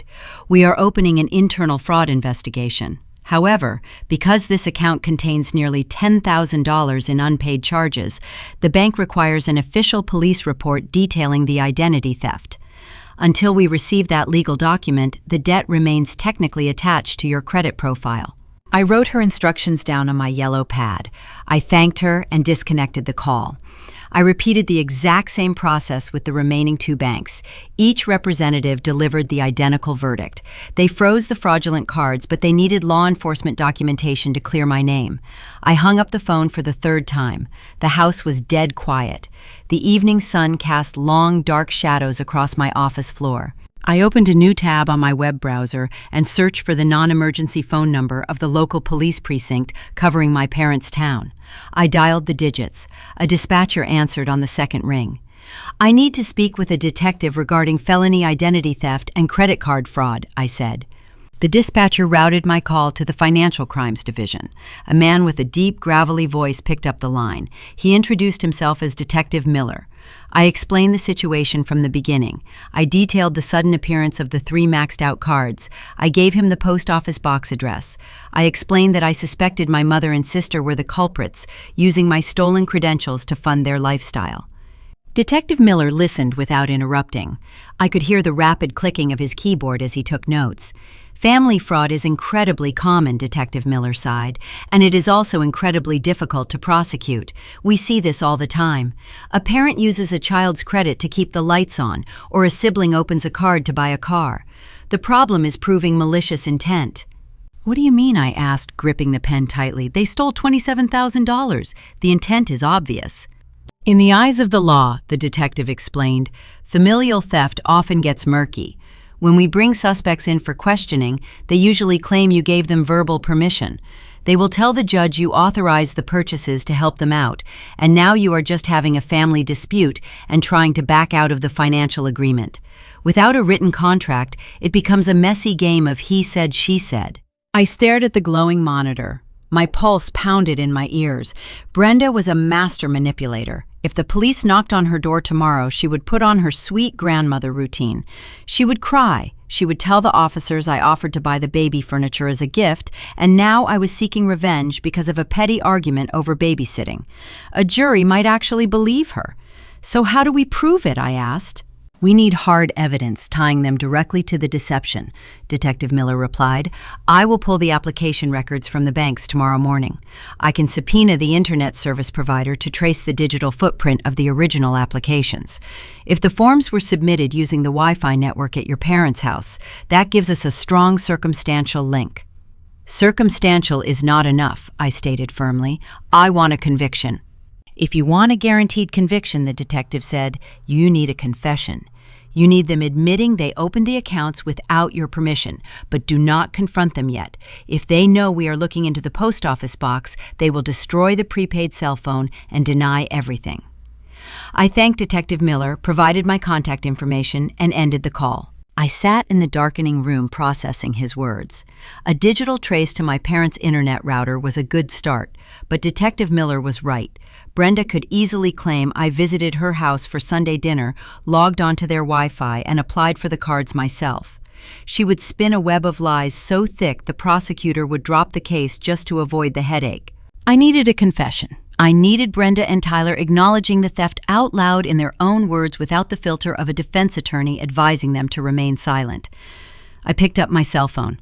I opened the web browser and searched the state recording laws for Indiana. The legal text appeared on my screen. Indiana is a one-party consent state. That means it is entirely legal to record a conversation as long as at least one person participating in the conversation consents to the recording. Since I would be a participant in the discussion, I did not need their permission to record them. I did not even have to tell them the microphone was on. A cold, calculated plan began to form in my mind. I was not going to wait for the police to slowly subpoena digital records. I was going to hand the detectives the murder weapon on a silver platter. I needed to walk into the lion's den. I had to face the people who betrayed me, look them in the eye, and bait them into bragging about their crime. I opened my desk drawer and pulled out a fresh ream of printer paper. I navigated to the credit bureau dashboard. I clicked the print icon on every single fraudulent account statement. The laser printer in the corner of my office whirred to life. It began spitting out page after page of undeniable proof. The baby crib, the expensive hotel stays, the designer clothes, the physical receipts of their greed piled up in the output tray. I gathered the warm papers and stapled them together. I placed the thick packet on my desk. Tomorrow was Saturday. My entire family always gathered at my parents' house on Saturday mornings for breakfast. Tyler would be there, Brittany would be there, Brenda and Richard would be holding court in the kitchen. They would be eating pancakes, laughing, and living their perfect suburban life, fully believing they had successfully stolen my future to fund their present. I was going to crash their breakfast. I was going to wear a hidden microphone, and I was going to let their own arrogant entitlement dig their graves. I picked up the stapled packet of credit card statements, folded it in half, and slid it into my purse. The trap was set. Now all I had to do was walk in and pull the trigger. I woke up on Saturday morning with the stapled packet of credit card statements sitting on my nightstand. The sun filtered through my bedroom blinds. The plan I formed the previous night was bold. I wanted to storm into their weekend breakfast, throw the papers on the table, and demand a confession. I pictured the shock on their faces. I imagined the satisfying sting of catching them in their own trap. But as the morning air cooled my anger, logic took over. Detective Miller had been very clear. If I confronted them without the digital footprint tying the applications directly to their house, Brenda would pivot. She would claim a stranger stole my mail. She would say her own identity was compromised too. She was a master at shifting the narrative, and Tyler would back up every lie she told. I needed undeniable proof before I stepped into the room. A cornered animal will gnaw off its own leg to escape. I had to build a cage with no exit. I picked up my cell phone and sent a text message to Brenda. It was the hardest sentence I ever had to type. Hope you guys are having a nice breakfast. I am swamped with coding projects this weekend. Sending a mundane, friendly message to the woman who stole $27,000 from me made my stomach churn, but it was a necessary tactical retreat. 5 minutes later, Brenda replied, "We miss you, Donnie. Tyler is still waiting on that wire transfer. Do the right thing for your sister." She felt secure. She believed I was still the obedient daughter wrestling with guilt over a childcare dispute. She had no idea I was watching her financial crimes unfold in real time. I spent the next 3 days acting like nothing was wrong. I maintained my daily routine. I drank my coffee. I attended virtual meetings for my software firm. But behind the scenes, I was assembling an ironclad case. On Monday morning, I hired a private digital investigator named Gregory. He specialized in corporate fraud and cybercrimes. We met in the back booth of a quiet diner on the edge of town. I handed him a manila folder containing the fraudulent account numbers, the post office box address, and the prepaid cell phone digits. "I need you to trace the origin of these applications," I told him. "The police are moving too slowly. I need the digital fingerprints linking these credit cards to a specific location." Gregory reviewed the paperwork while sipping his black coffee. He nodded. "The banks record the IP address of every device used to submit an online credit application," he explained. "Finding those logs takes some maneuvering, but I have contacts inside the fraud departments. Give me 48 hours. Waiting was torture. Every time my phone buzzed, my heart raced. Tyler sent me 2 more text messages demanding the inheritance money, each one escalating in hostility. He claimed Brittany was having stress contractions because I was withholding funds. I ignored him. I let him dig his hole deeper.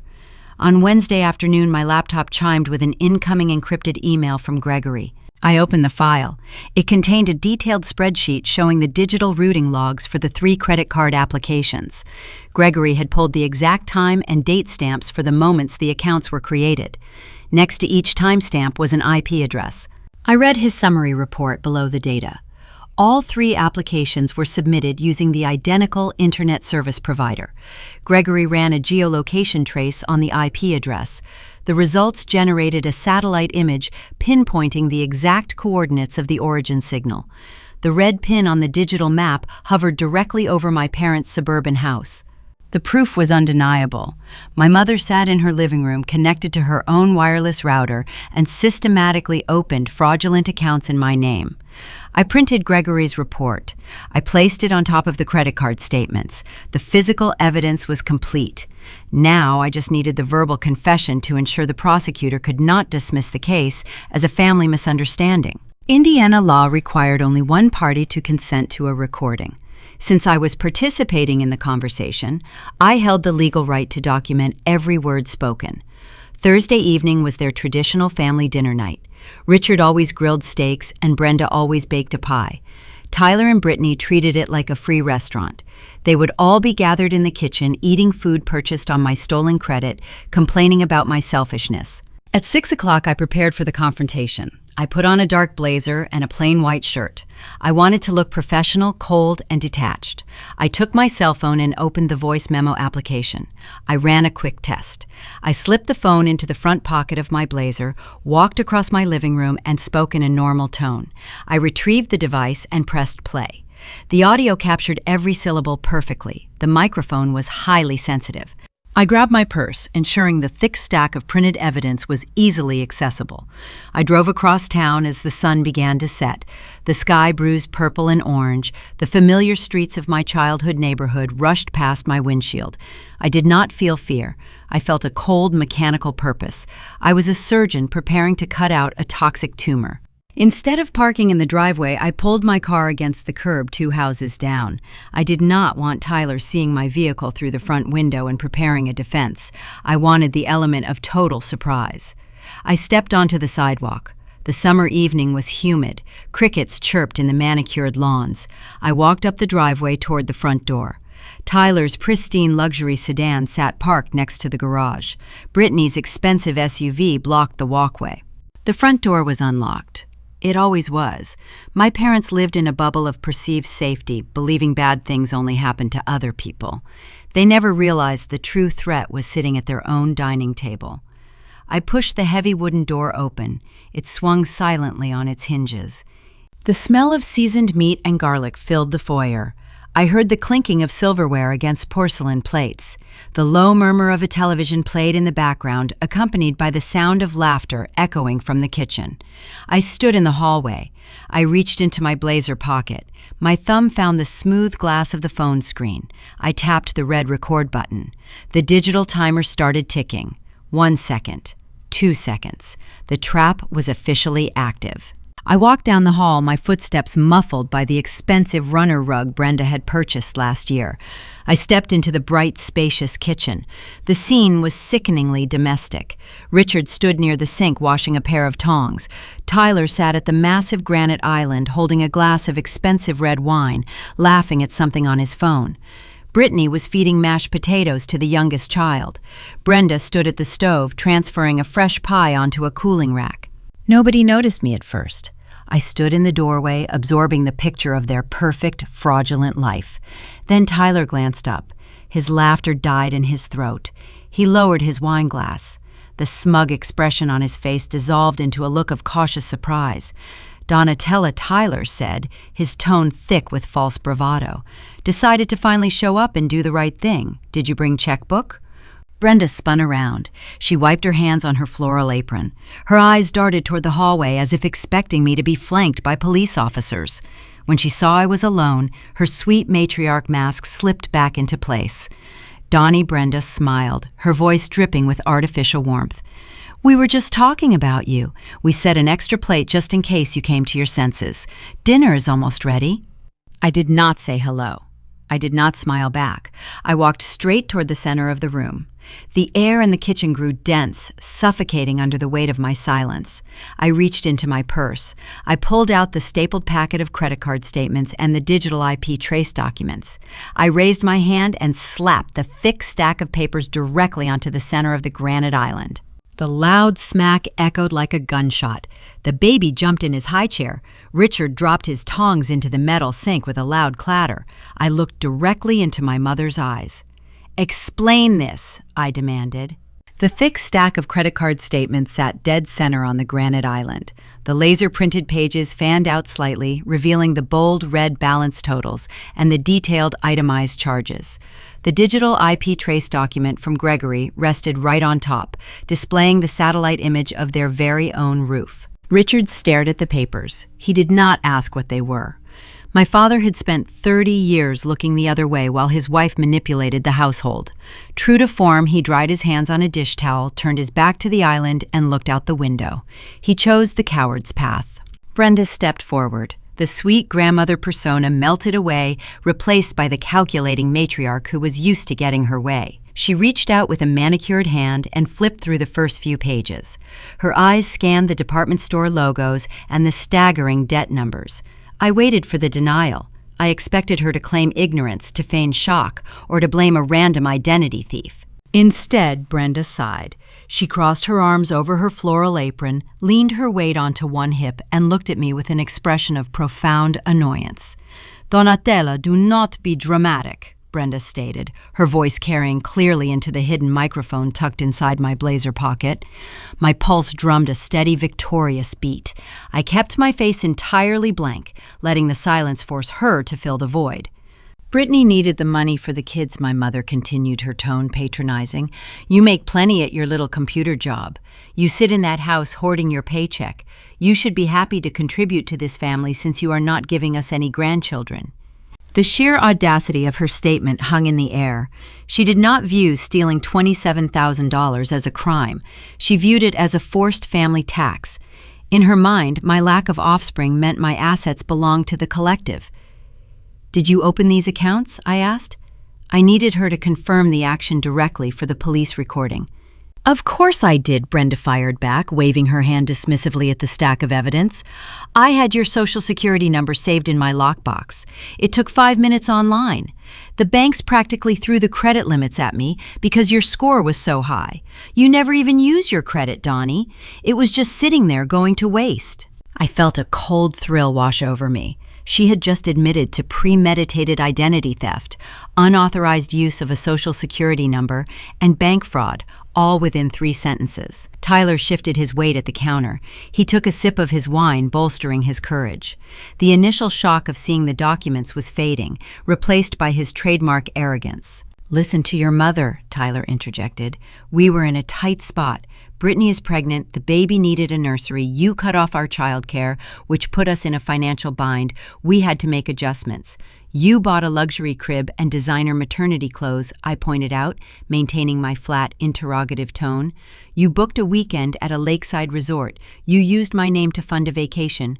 Brittany finally stepped away from the high chair. She marched over to the island, her face flushed with righteous indignation. She did not look guilty. She looked offended that I dared to confront them. "You are overreacting," Brittany chimed in, her voice shrill. "We were going to pay it back eventually. Tyler is expecting a big bonus at the end of the quarter. We just needed a bridge loan to get us through the summer. You are our sister. You should want to help us succeed." "A bridge loan requires consent," I corrected her. "You routed the bills to a post office box, so I would never see the statements. You intended to max out the limits and leave me holding the bag." Brenda stepped closer, invading my personal space. She lowered her voice, attempting to use the intimidating motherly tone that used to make me cower as a teenager. "We took precautions because we knew you would throw a selfish tantrum," Brenda hissed, "just like you are doing right now. Family takes care of family. If you had just done your duty and watched the kids, none of this would have been necessary. This is your own fault, Donatella." I let her words sink into the digital memory of my phone. She was victim-blaming. She was justifying a federal offense by tying it to my refusal to provide free labor. The psychological gymnastics were astounding, but they were also legally damning. So I summarized, ensuring every detail was perfectly captured.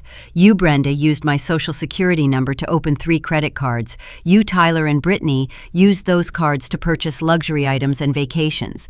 You accumulated $27,000 in debt under my name, hid the billing statements at a post office box, and you believe this is entirely justified because I am single and childless. Tyler scoffed, rolling his eyes. "Put the papers away, Donnie. Nobody is going to jail. You are not going to ruin your sister's life over some plastic cards. We will set up a payment plan, $50 a month." Brittany crossed her arms. "You owe us anyway," she added. "You owe us for the stress you caused by walking out of the community center." I looked at the 3 of them. I looked at Richard, who was still staring out the window, pretending the destruction of his daughter's financial future was not happening 5 feet behind him. They were all completely detached from reality. They operated under the delusion that blood ties granted them absolute immunity from the law. They believed the rules of society stopped at their front door. I had everything I needed. The audio file currently saving to my device was the most potent weapon I had ever possessed. It contained their explicit acknowledgments of the theft, their detailed motives, and a terrifying lack of remorse. The police detective had asked for a confession. I had just secured 3. I reached out and placed my hand flat on top of the printed evidence. I did not raise my voice. I did not threaten them with police action. I did not give them any warning that the trap had already snapped shut around their ankles. I smiled. It was not a warm smile. It was the cold, detached expression of a woman who had just watched her enemies walk willingly into a burning building. Brenda's confidence wavered for a split second. She frowned, clearly unsettled by my lack of outrage. She expected me to scream. She expected a chaotic argument that she could manipulate. My calm demeanor terrified her. I picked up the thick stack of papers. I tapped the bottom edge against the granite countertop, aligning the pages perfectly. "You are right about one thing, Mom," I said quietly. "Family does take care of family, and I am finally taking care of myself." I turned my back on them. I walked out of the kitchen.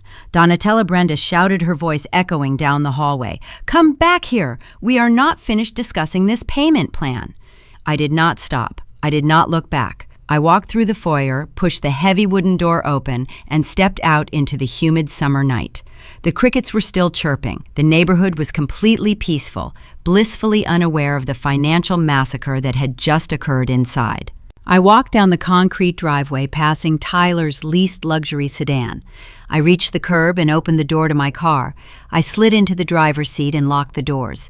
I reached into my blazer pocket. I pulled out my cell phone. The red digital timer was still ticking across the screen, marking 7 minutes and 42 seconds of recorded audio. I pressed the stop button.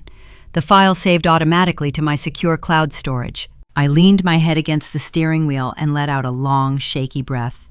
The adrenaline I had suppressed inside the house finally flooded my system. My hands trembled as I gripped the leather rim. I had done it.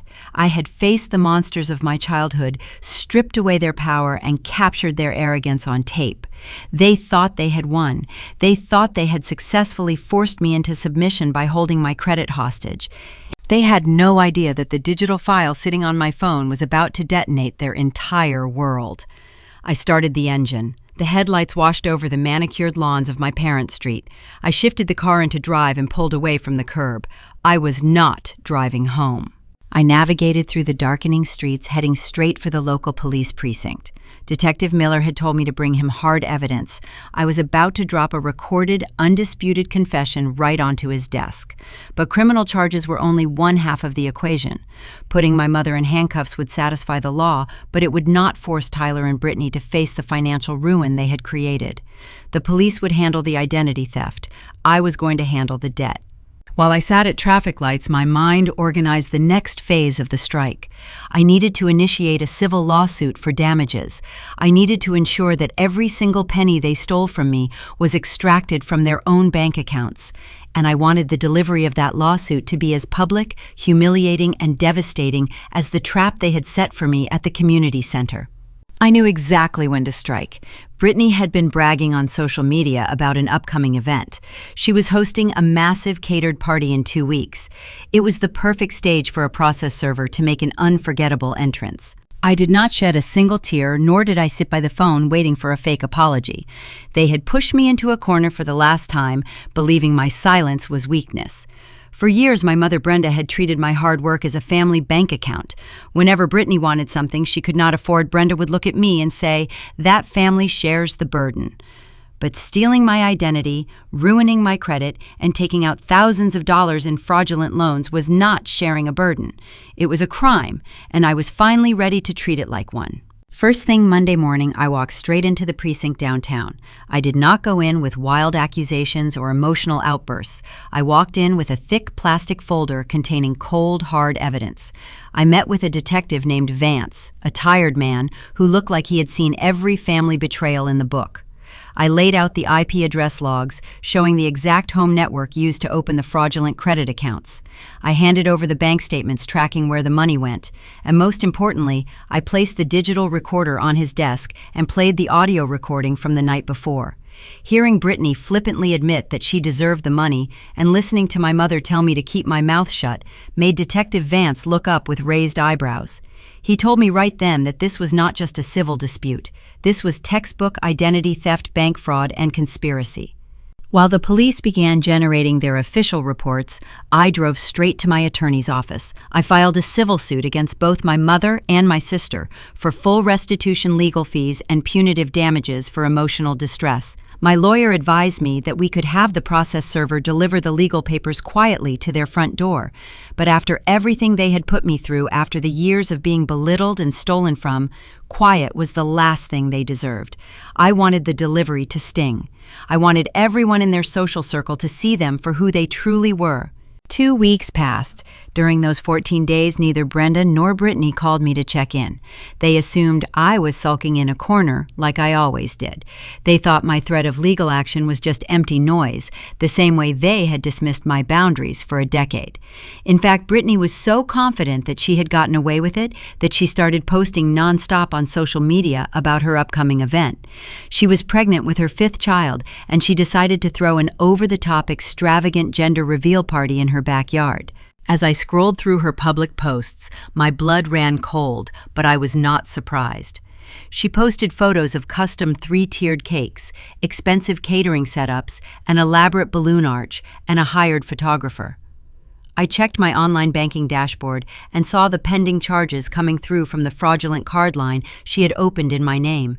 She was literally using my stolen credit to throw herself a grand celebration.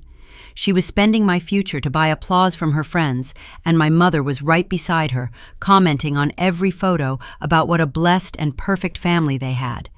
When my sister was growing up, Brenda had always given her whatever she wanted. If Brittany failed a test, Brenda blamed the teacher. If Brittany got fired from a job, Brenda blamed the boss. When Brittany kept having children she could not afford, Brenda expected me to pay her rent and buy her groceries under the guise of being a good aunt. I had spent my entire 20s working 2 jobs, building my savings and maintaining a spotless credit score so I could eventually buy a home of my own. They treated my discipline like a communal resource, taking what took me years to build and burning it in a single afternoon. Saturday afternoon arrived, the day of the big party. The weather was bright and sunny, perfectly suited for the grand spectacle Brittany had planned.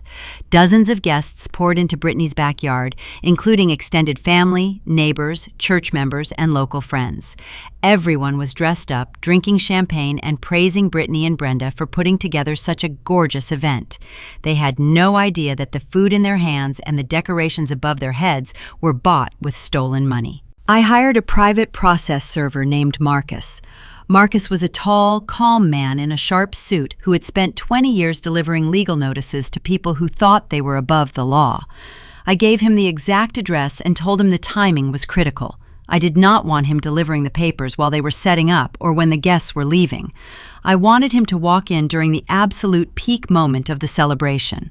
Around 3 in the afternoon, the crowd gathered on the back lawn around a massive black balloon filled with colored confetti. Brittany was holding a large golden pin, grinning from ear to ear, while her husband held their youngest child. Brenda stood right beside her with a microphone in her hand, talking to the guests about how proud she was of her daughter and how family was the most important thing in the world. People were recording videos on their phones, cheering and counting down from 10. 10, 9, 8. Just as the crowd reached 7, Marcus unlatched the wooden side gate and stepped into the backyard. He moved with complete confidence, holding 2 thick official manila envelopes under his arm. Some of the guests turned to look at him, assuming he was a late arrival or a delivery driver, but he kept his eyes locked on Brenda and Brittany. 5, 4, 3. Brittany raised the pin, ready to pop the balloon and reveal the gender to the cheering crowd. Marcus stepped right between the photographer and the main stage. In a clear, booming voice that echoed across the quiet yard, he called out both of their full legal names.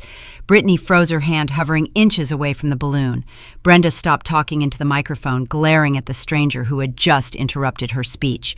Brenda snapped at him, telling him that this was a private family moment and that he needed to leave immediately. Marcus did not flinch. He walked right up to the stage, pulled out the legal documents, and handed the first thick envelope directly to Brenda. He handed the second envelope directly to Brittany. In front of 50 silent guests and active phone cameras, Marcus stated clearly that Brenda and Brittany were being formally served with a civil lawsuit for identity theft, bank fraud, and financial damages, along with an official summons from the county police department regarding pending criminal charges. The silence that fell over that yard was deafening. The festive music was still playing in the background, but no one was moving. Brittany dropped the golden pin onto the grass, her face draining of all color. Brenda stood frozen, holding the heavy manila envelope, while the microphone in her hand picked up her rapid, shaky breathing. The guests began whispering to one another, looking back and forth between the legal documents and the two women on stage. Brenda tried to regain control of the room. She forced a nervous laugh and told everyone that this was just a ridiculous mistake, a sick joke being played by a bitter family member. But Marcus simply turned around, walked back toward the gate, and left the property, leaving the official papers right in their hands. Curiosity got the better of Brenda, and with hands that were visibly shaking, she tore open the top of her envelope. She pulled out the front page of the criminal summons. Right at the top, printed in bold legal text, were the charges of felony fraud and identity theft, complete with the precinct case number and the name of Detective Vance. Below that were attached copies of the bank statements, detailing the exact fraudulent transactions, including the precise charges made to pay for the very party they were standing in right now. A neighbor sitting near the front row gasped as she caught a glimpse of the paperwork. Brittany started hyperventilating, realizing that this was not just a legal notice, it was a public exposure of everything they had tried to hide. Her friends began glancing at each other awkwardly, setting down their champagne glasses and slowly edging toward the side gate. The grand celebration had completely collapsed into a public crime scene. Brenda looked up from the paper, her eyes wild with rage and panic. She grabbed her cell phone from her pocket and dialed my number on speakerphone, completely forgetting that the microphone in her other hand was still active. My phone rang once, and I answered from the quiet safety of my living room. Brenda screamed into the phone, asking me how I could do this to my own blood, accusing me of trying to destroy Brittany's special day and ruin their lives over a simple family matter. Her voice amplified through the backyard speakers, ringing out over her remaining guests. I stayed completely calm. I told her clearly through the speaker that I had not ruined their lives, they had ruined their own lives, the moment they decided to steal from me. I told her that the party was over, the lies were over, and that I would see them both in court. Then, before she could utter another word, I hung up the phone. The sun began to dip below the tree line outside my living room window. Shadows stretched across the hardwood floor. The house was quiet, a stark contrast to the chaos I had just unleashed halfway across town. I placed my cell phone on the coffee table and sat back on the sofa. I did not turn on the television. I did not play any music. I just sat in the stillness, letting the reality of the afternoon settle over me. My mother and sister were currently standing in a yard full of ruined decorations, holding legal documents that detailed their crimes. The audience they had invited to celebrate their fake, pristine lives had just witnessed the curtain fall. I knew the quiet in my house would not last. A cornered animal always lashes out before it surrenders.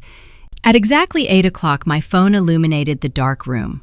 The screen displayed Tyler's name. I watched the device vibrate against the glass table. Tyler was a man built on pride and appearances.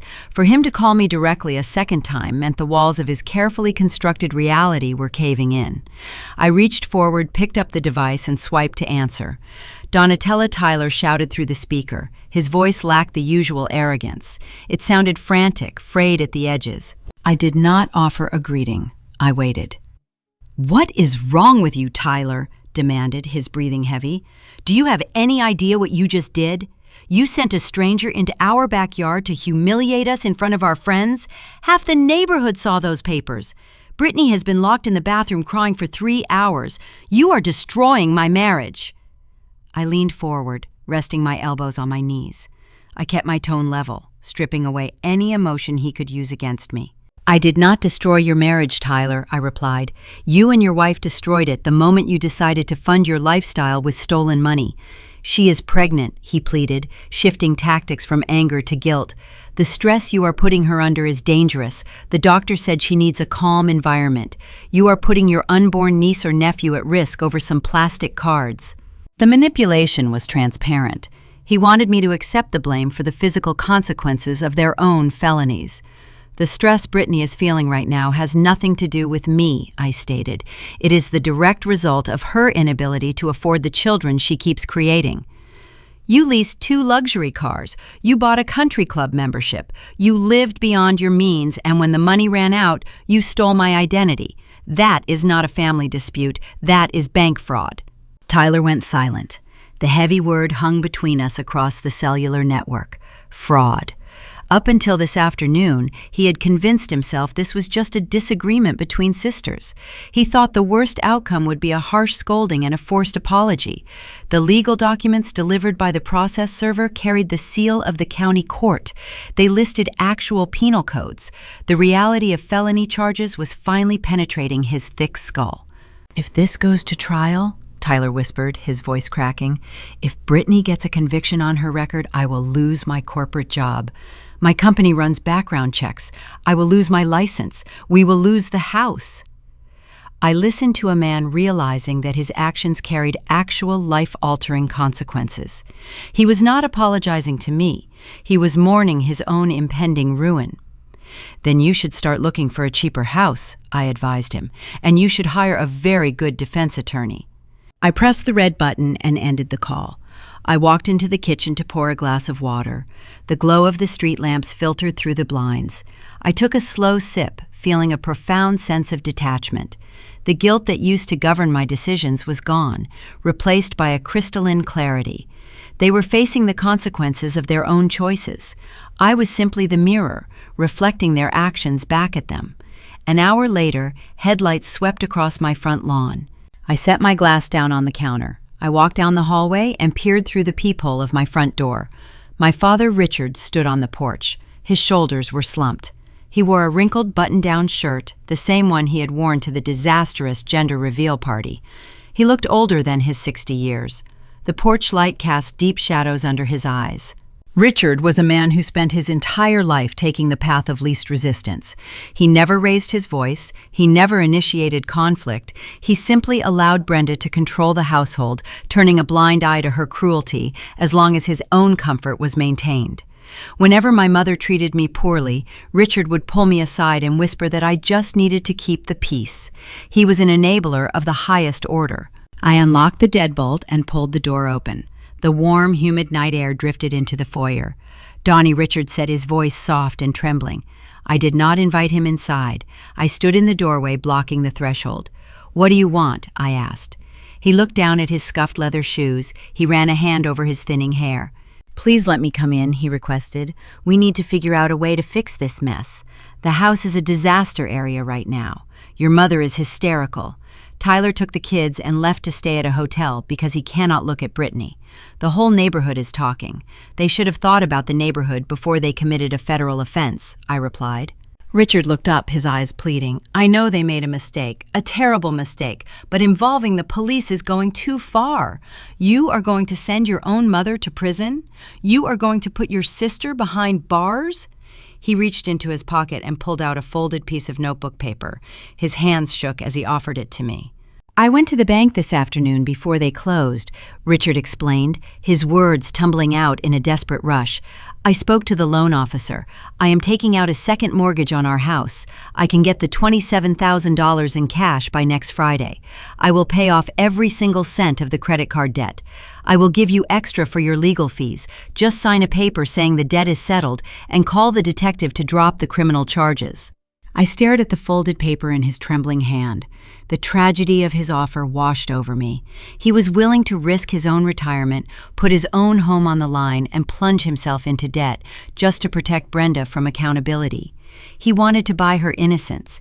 He wanted to purchase the illusion of our happy family back. "Dad," I said softly, "you cannot buy your way out of a felony. The bank fraud division already has the IP logs. They have the audio recording of Mom confessing. Dropping the charges is no longer up to me. It is in the hands of the prosecutor." Richard's face crumbled. He lowered his hand in the piece of paper fluttering slightly in the evening breeze. "We are your blood, Donnie," he pleaded, his voice breaking. "Family is supposed to forgive. You are tearing us apart over money." I looked at the man who had stood by silently while his wife stole my identity. I looked at the father who watched his golden child ridicule my life, only to tell me to stop making a scene. He did not care about my pain. He only cared about his own discomfort. "Blood does not forge notes," I stated. my voice steady and unwavering. Blood does not abandon children in a public lobby to win an argument. Blood does not steal Social Security numbers and ruin financial futures. You let your wife destroy me because it was easier than standing up to her. He opened his mouth to speak, but no words came out. The truth stripped away his final defense. "Keep your house, Dad," I advised him. "You are going to need the equity to pay for Mom's defense lawyer. The law will handle this now."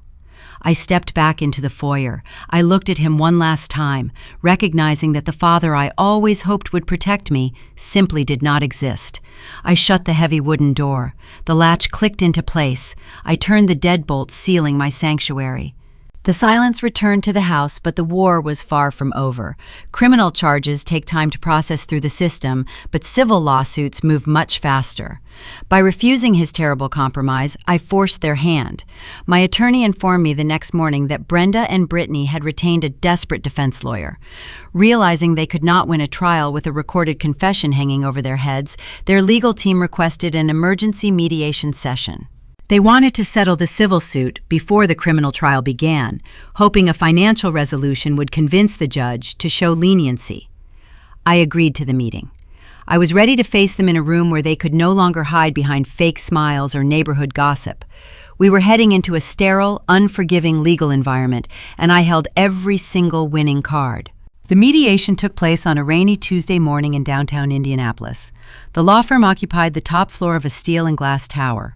I walked into the conference room with my attorney, Marcus. The space was sterile. It featured a long mahogany table, ergonomic leather chairs, and large windows looking out over the gray city skyline. There were no family photos on the walls. There was no warm lighting. It was an environment built entirely for extracting truth and assigning consequence. Marcus sat next to me and opened his briefcase. He pulled out 3 thick binders. He did not say a word. He just arranged his pens. 10 minutes later, the heavy glass door swung open. Brenda walked in first, followed by Brittany and Tyler. They were accompanied by a man in a rumpled gray suit. He introduced himself as Mr. Sterling, their defense counsel.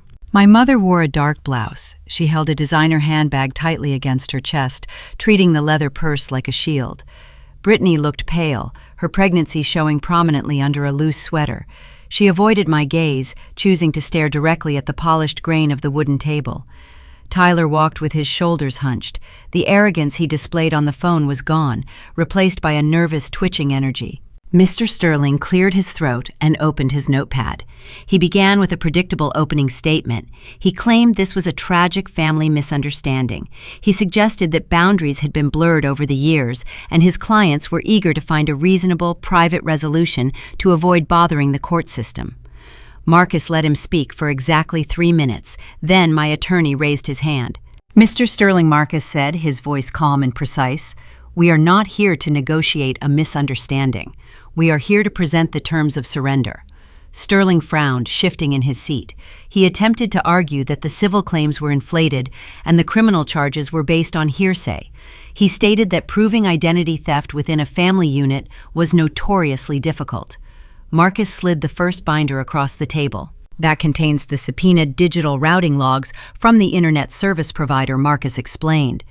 The documents trace the creation of the 3 fraudulent credit applications directly to the wireless router located inside your client's residence.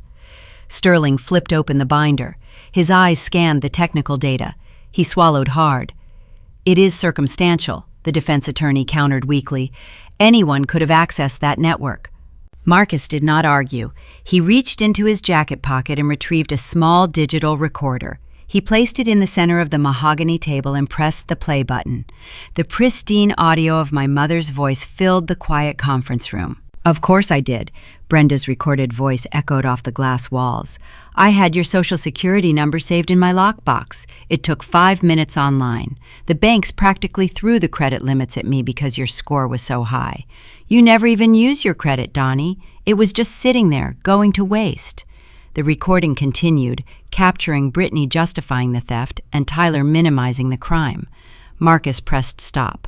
The silence that followed was heavy enough to crack the foundation of the building. Mr. Sterling closed his eyes. He slowly removed his reading glasses and rubbed the bridge of his nose. He turned his head and glared at Brenda. It was obvious they had lied to him. They had hired this man, claiming I was a vindictive daughter making up stories. Now he was sitting in front of irrefutable evidence of multiple felonies. Counselor Marcus said, leaning forward, "My client is willing to settle the civil portion of this matter today. If we do not reach a financial agreement before noon, I will hand this recording directly to the district attorney.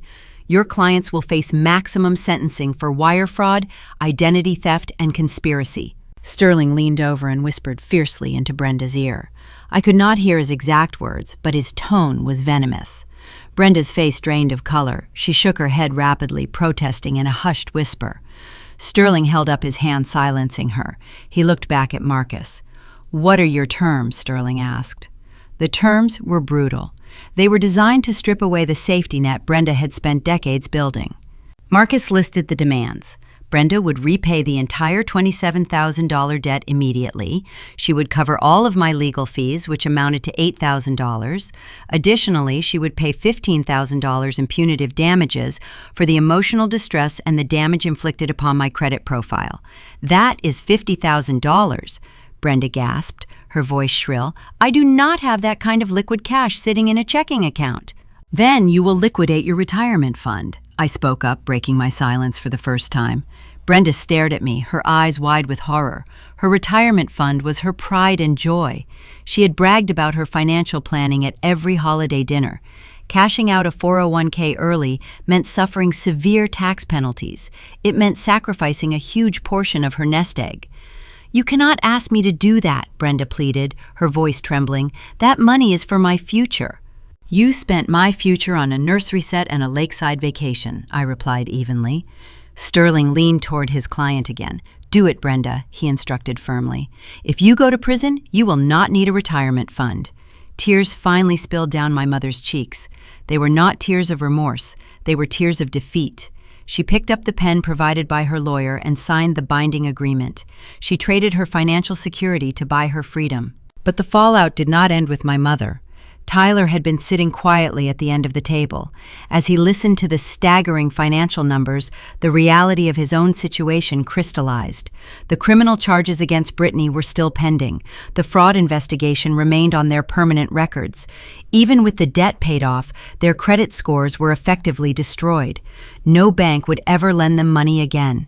Tyler stood up. His chair scraped loudly against the hardwood floor. "Where are you going?" Brittany asked, her voice tight with panic. "We have to sign the release forms." "I am not signing anything," Tyler said, looking down at his pregnant wife with an expression of pure disgust.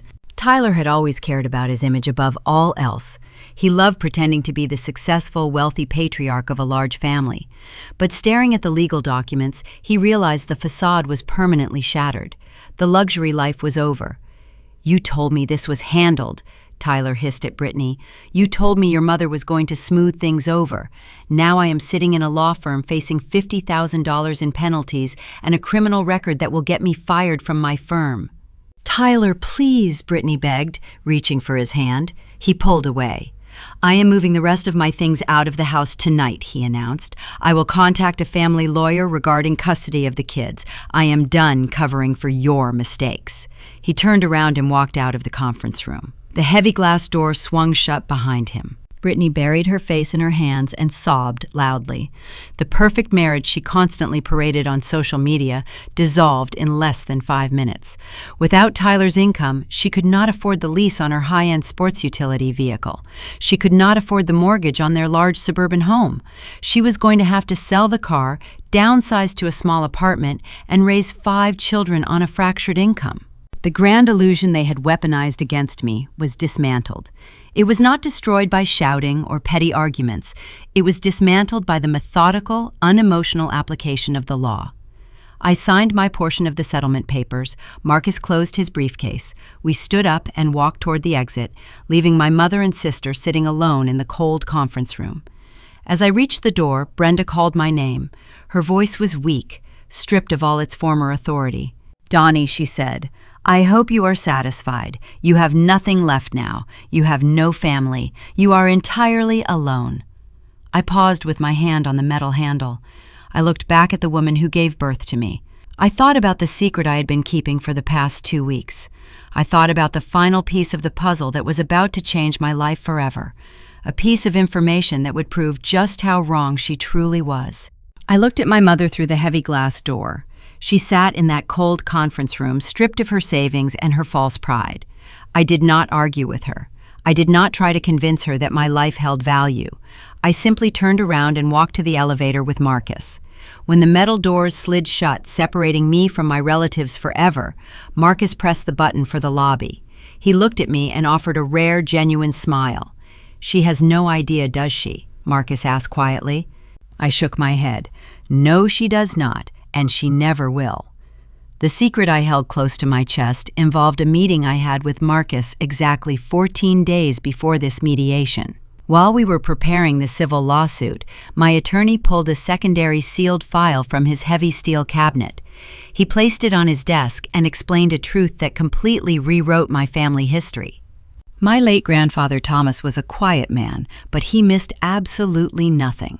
He watched Brenda treat my time as a communal resource. He watched Richard enable the toxicity, and he knew that if he left me a massive inheritance outright, my parents would relentlessly hound me until they drained every single cent. So he set a brilliant legal trap. The $30,000 he left me for a house down payment was just the surface layer. It was bait. Grandpa Thomas instructed Marcus to establish a secondary hidden trust containing the bulk of his life savings and the deed to a 50-acre plot of pristine Indiana farmland. The stipulation to unlock this massive asset was highly specific. The trust would only transfer to my name if I could legally prove I was entirely financially and structurally severed from Brenda and Richard. Filing a civil lawsuit against them for fraud fulfilled that exact requirement. By attempting to steal my identity and ruin my future, my mother and sister accidentally handed me the keys to an empire. I did not tell them this in the conference room. True power does not need to announce itself. Now, exactly 12 months later, I am sitting on the custom wraparound porch of the home I built on that very land. The morning air is crisp. A gentle breeze rustles through the oak trees lining my driveway. I hold a ceramic mug filled with dark roast coffee, watching the sunrise paint the sky in shades of gold and purple. The peace I feel is absolute. My financial health is pristine. The police report cleared my name completely. The major credit bureaus wiped the fraudulent accounts from my history, and my score sits proudly in the excellent tier. I did not just recover from their sabotage, I thrived. I have not spoken a single word to my parents or my sister since the ink dried on the settlement papers. I blocked their phone numbers. I deleted my social media profiles. I created an impenetrable fortress around my peace. However, the grapevine in a small Midwestern town is impossible to shut down completely. Aunt Carol occasionally sends me letters to check in, and she provides updates on the fallout. The reality they face now is a direct result of their own greed. Brenda liquidated her entire retirement portfolio to pay off the $27,000 debt, my legal fees, and the punitive damages. The early withdrawal taxes decimated whatever small cushion she had left. Now at 62 years old, the woman who loved to play the wealthy, generous matriarch is working full-time. She wears a blue polyester vest and stands on her feet for 8 hours a day behind a cash register at a massive retail store. She spends her shifts scanning barcodes under harsh fluorescent lights, dealing with rude customers, and bagging groceries. Her pristine public image is gone. The neighbors who attended that disastrous gender reveal party avoid her in the aisles. Richard is faring no better. To keep their suburban house out of foreclosure, he had to take on a second job. He works evenings doing inventory at a warehouse, desperately trying to pay down the massive second mortgage he took out to cover the criminal defense lawyers. They are trapped in a prison of their own making, working themselves to the bone just to survive. Brittany experienced the hardest crash of all. Tyler followed through on his threat. The moment he realized the depth of the financial ruin, he filed for divorce. The court ordered them to sell their luxury vehicles and liquidate the massive house to settle their marital debts. They share 50-50 custody of the kids. Without Tyler's income and without my free labor, Brittany was forced to enter the workforce for the first time in her adult life. She lives in a cramped 2-bedroom apartment complex on the loud side of town. When it is her week to have her 5 children, she drowns in the reality of actual parenting. There is no aunt to call when she is tired. There is no grandmother available to bail her out because Brenda is too busy ringing up customers at the retail store. Brittany has to wake up at dawn, pack 5 lunches, haul a double stroller down a flight of concrete stairs, and drop her kids at a state-subsidized daycare before clocking in for a minimum wage shift. The golden child finally met the real world, and the real world does not care about her tears. As for me, my life is no longer a waiting room. I did not need a husband or a biological child to justify my existence. I built my own chosen family. I spend my weekends hosting barbecues for my close friends, colleagues, and neighbors. I adopted 2 rescue dogs who run freely across my 50 acres. I continue to advance in my career, designing software systems that challenge and fulfill me. I am safe, I am happy, and I am entirely free. If you are watching this video and you recognize yourself in my story, please listen closely. If you are the dependable one, the quiet one, or the single one in your family, if your relatives expect you to be their emergency fund and their unpaid staff simply because you do not have a traditional family of your own, you must realize your worth. Your time is not a public utility. Your bank account is not a communal resource. Your love is not a contract that requires you to endure abuse. When toxic people demand your energy and call it duty, you have the right to walk away. Setting boundaries is not an act of betrayal. Boundaries are your armor. They protect your peace, your future, and your sanity from individuals who only value you for what they can extract. Walking away from a toxic environment might feel terrifying at first. You might fear the smear campaigns and the angry phone calls. But the silence that follows the storm is worth every single uncomfortable moment. I used to believe that walking away would destroy my life. Instead, it destroyed the version of my family that required me to disappear.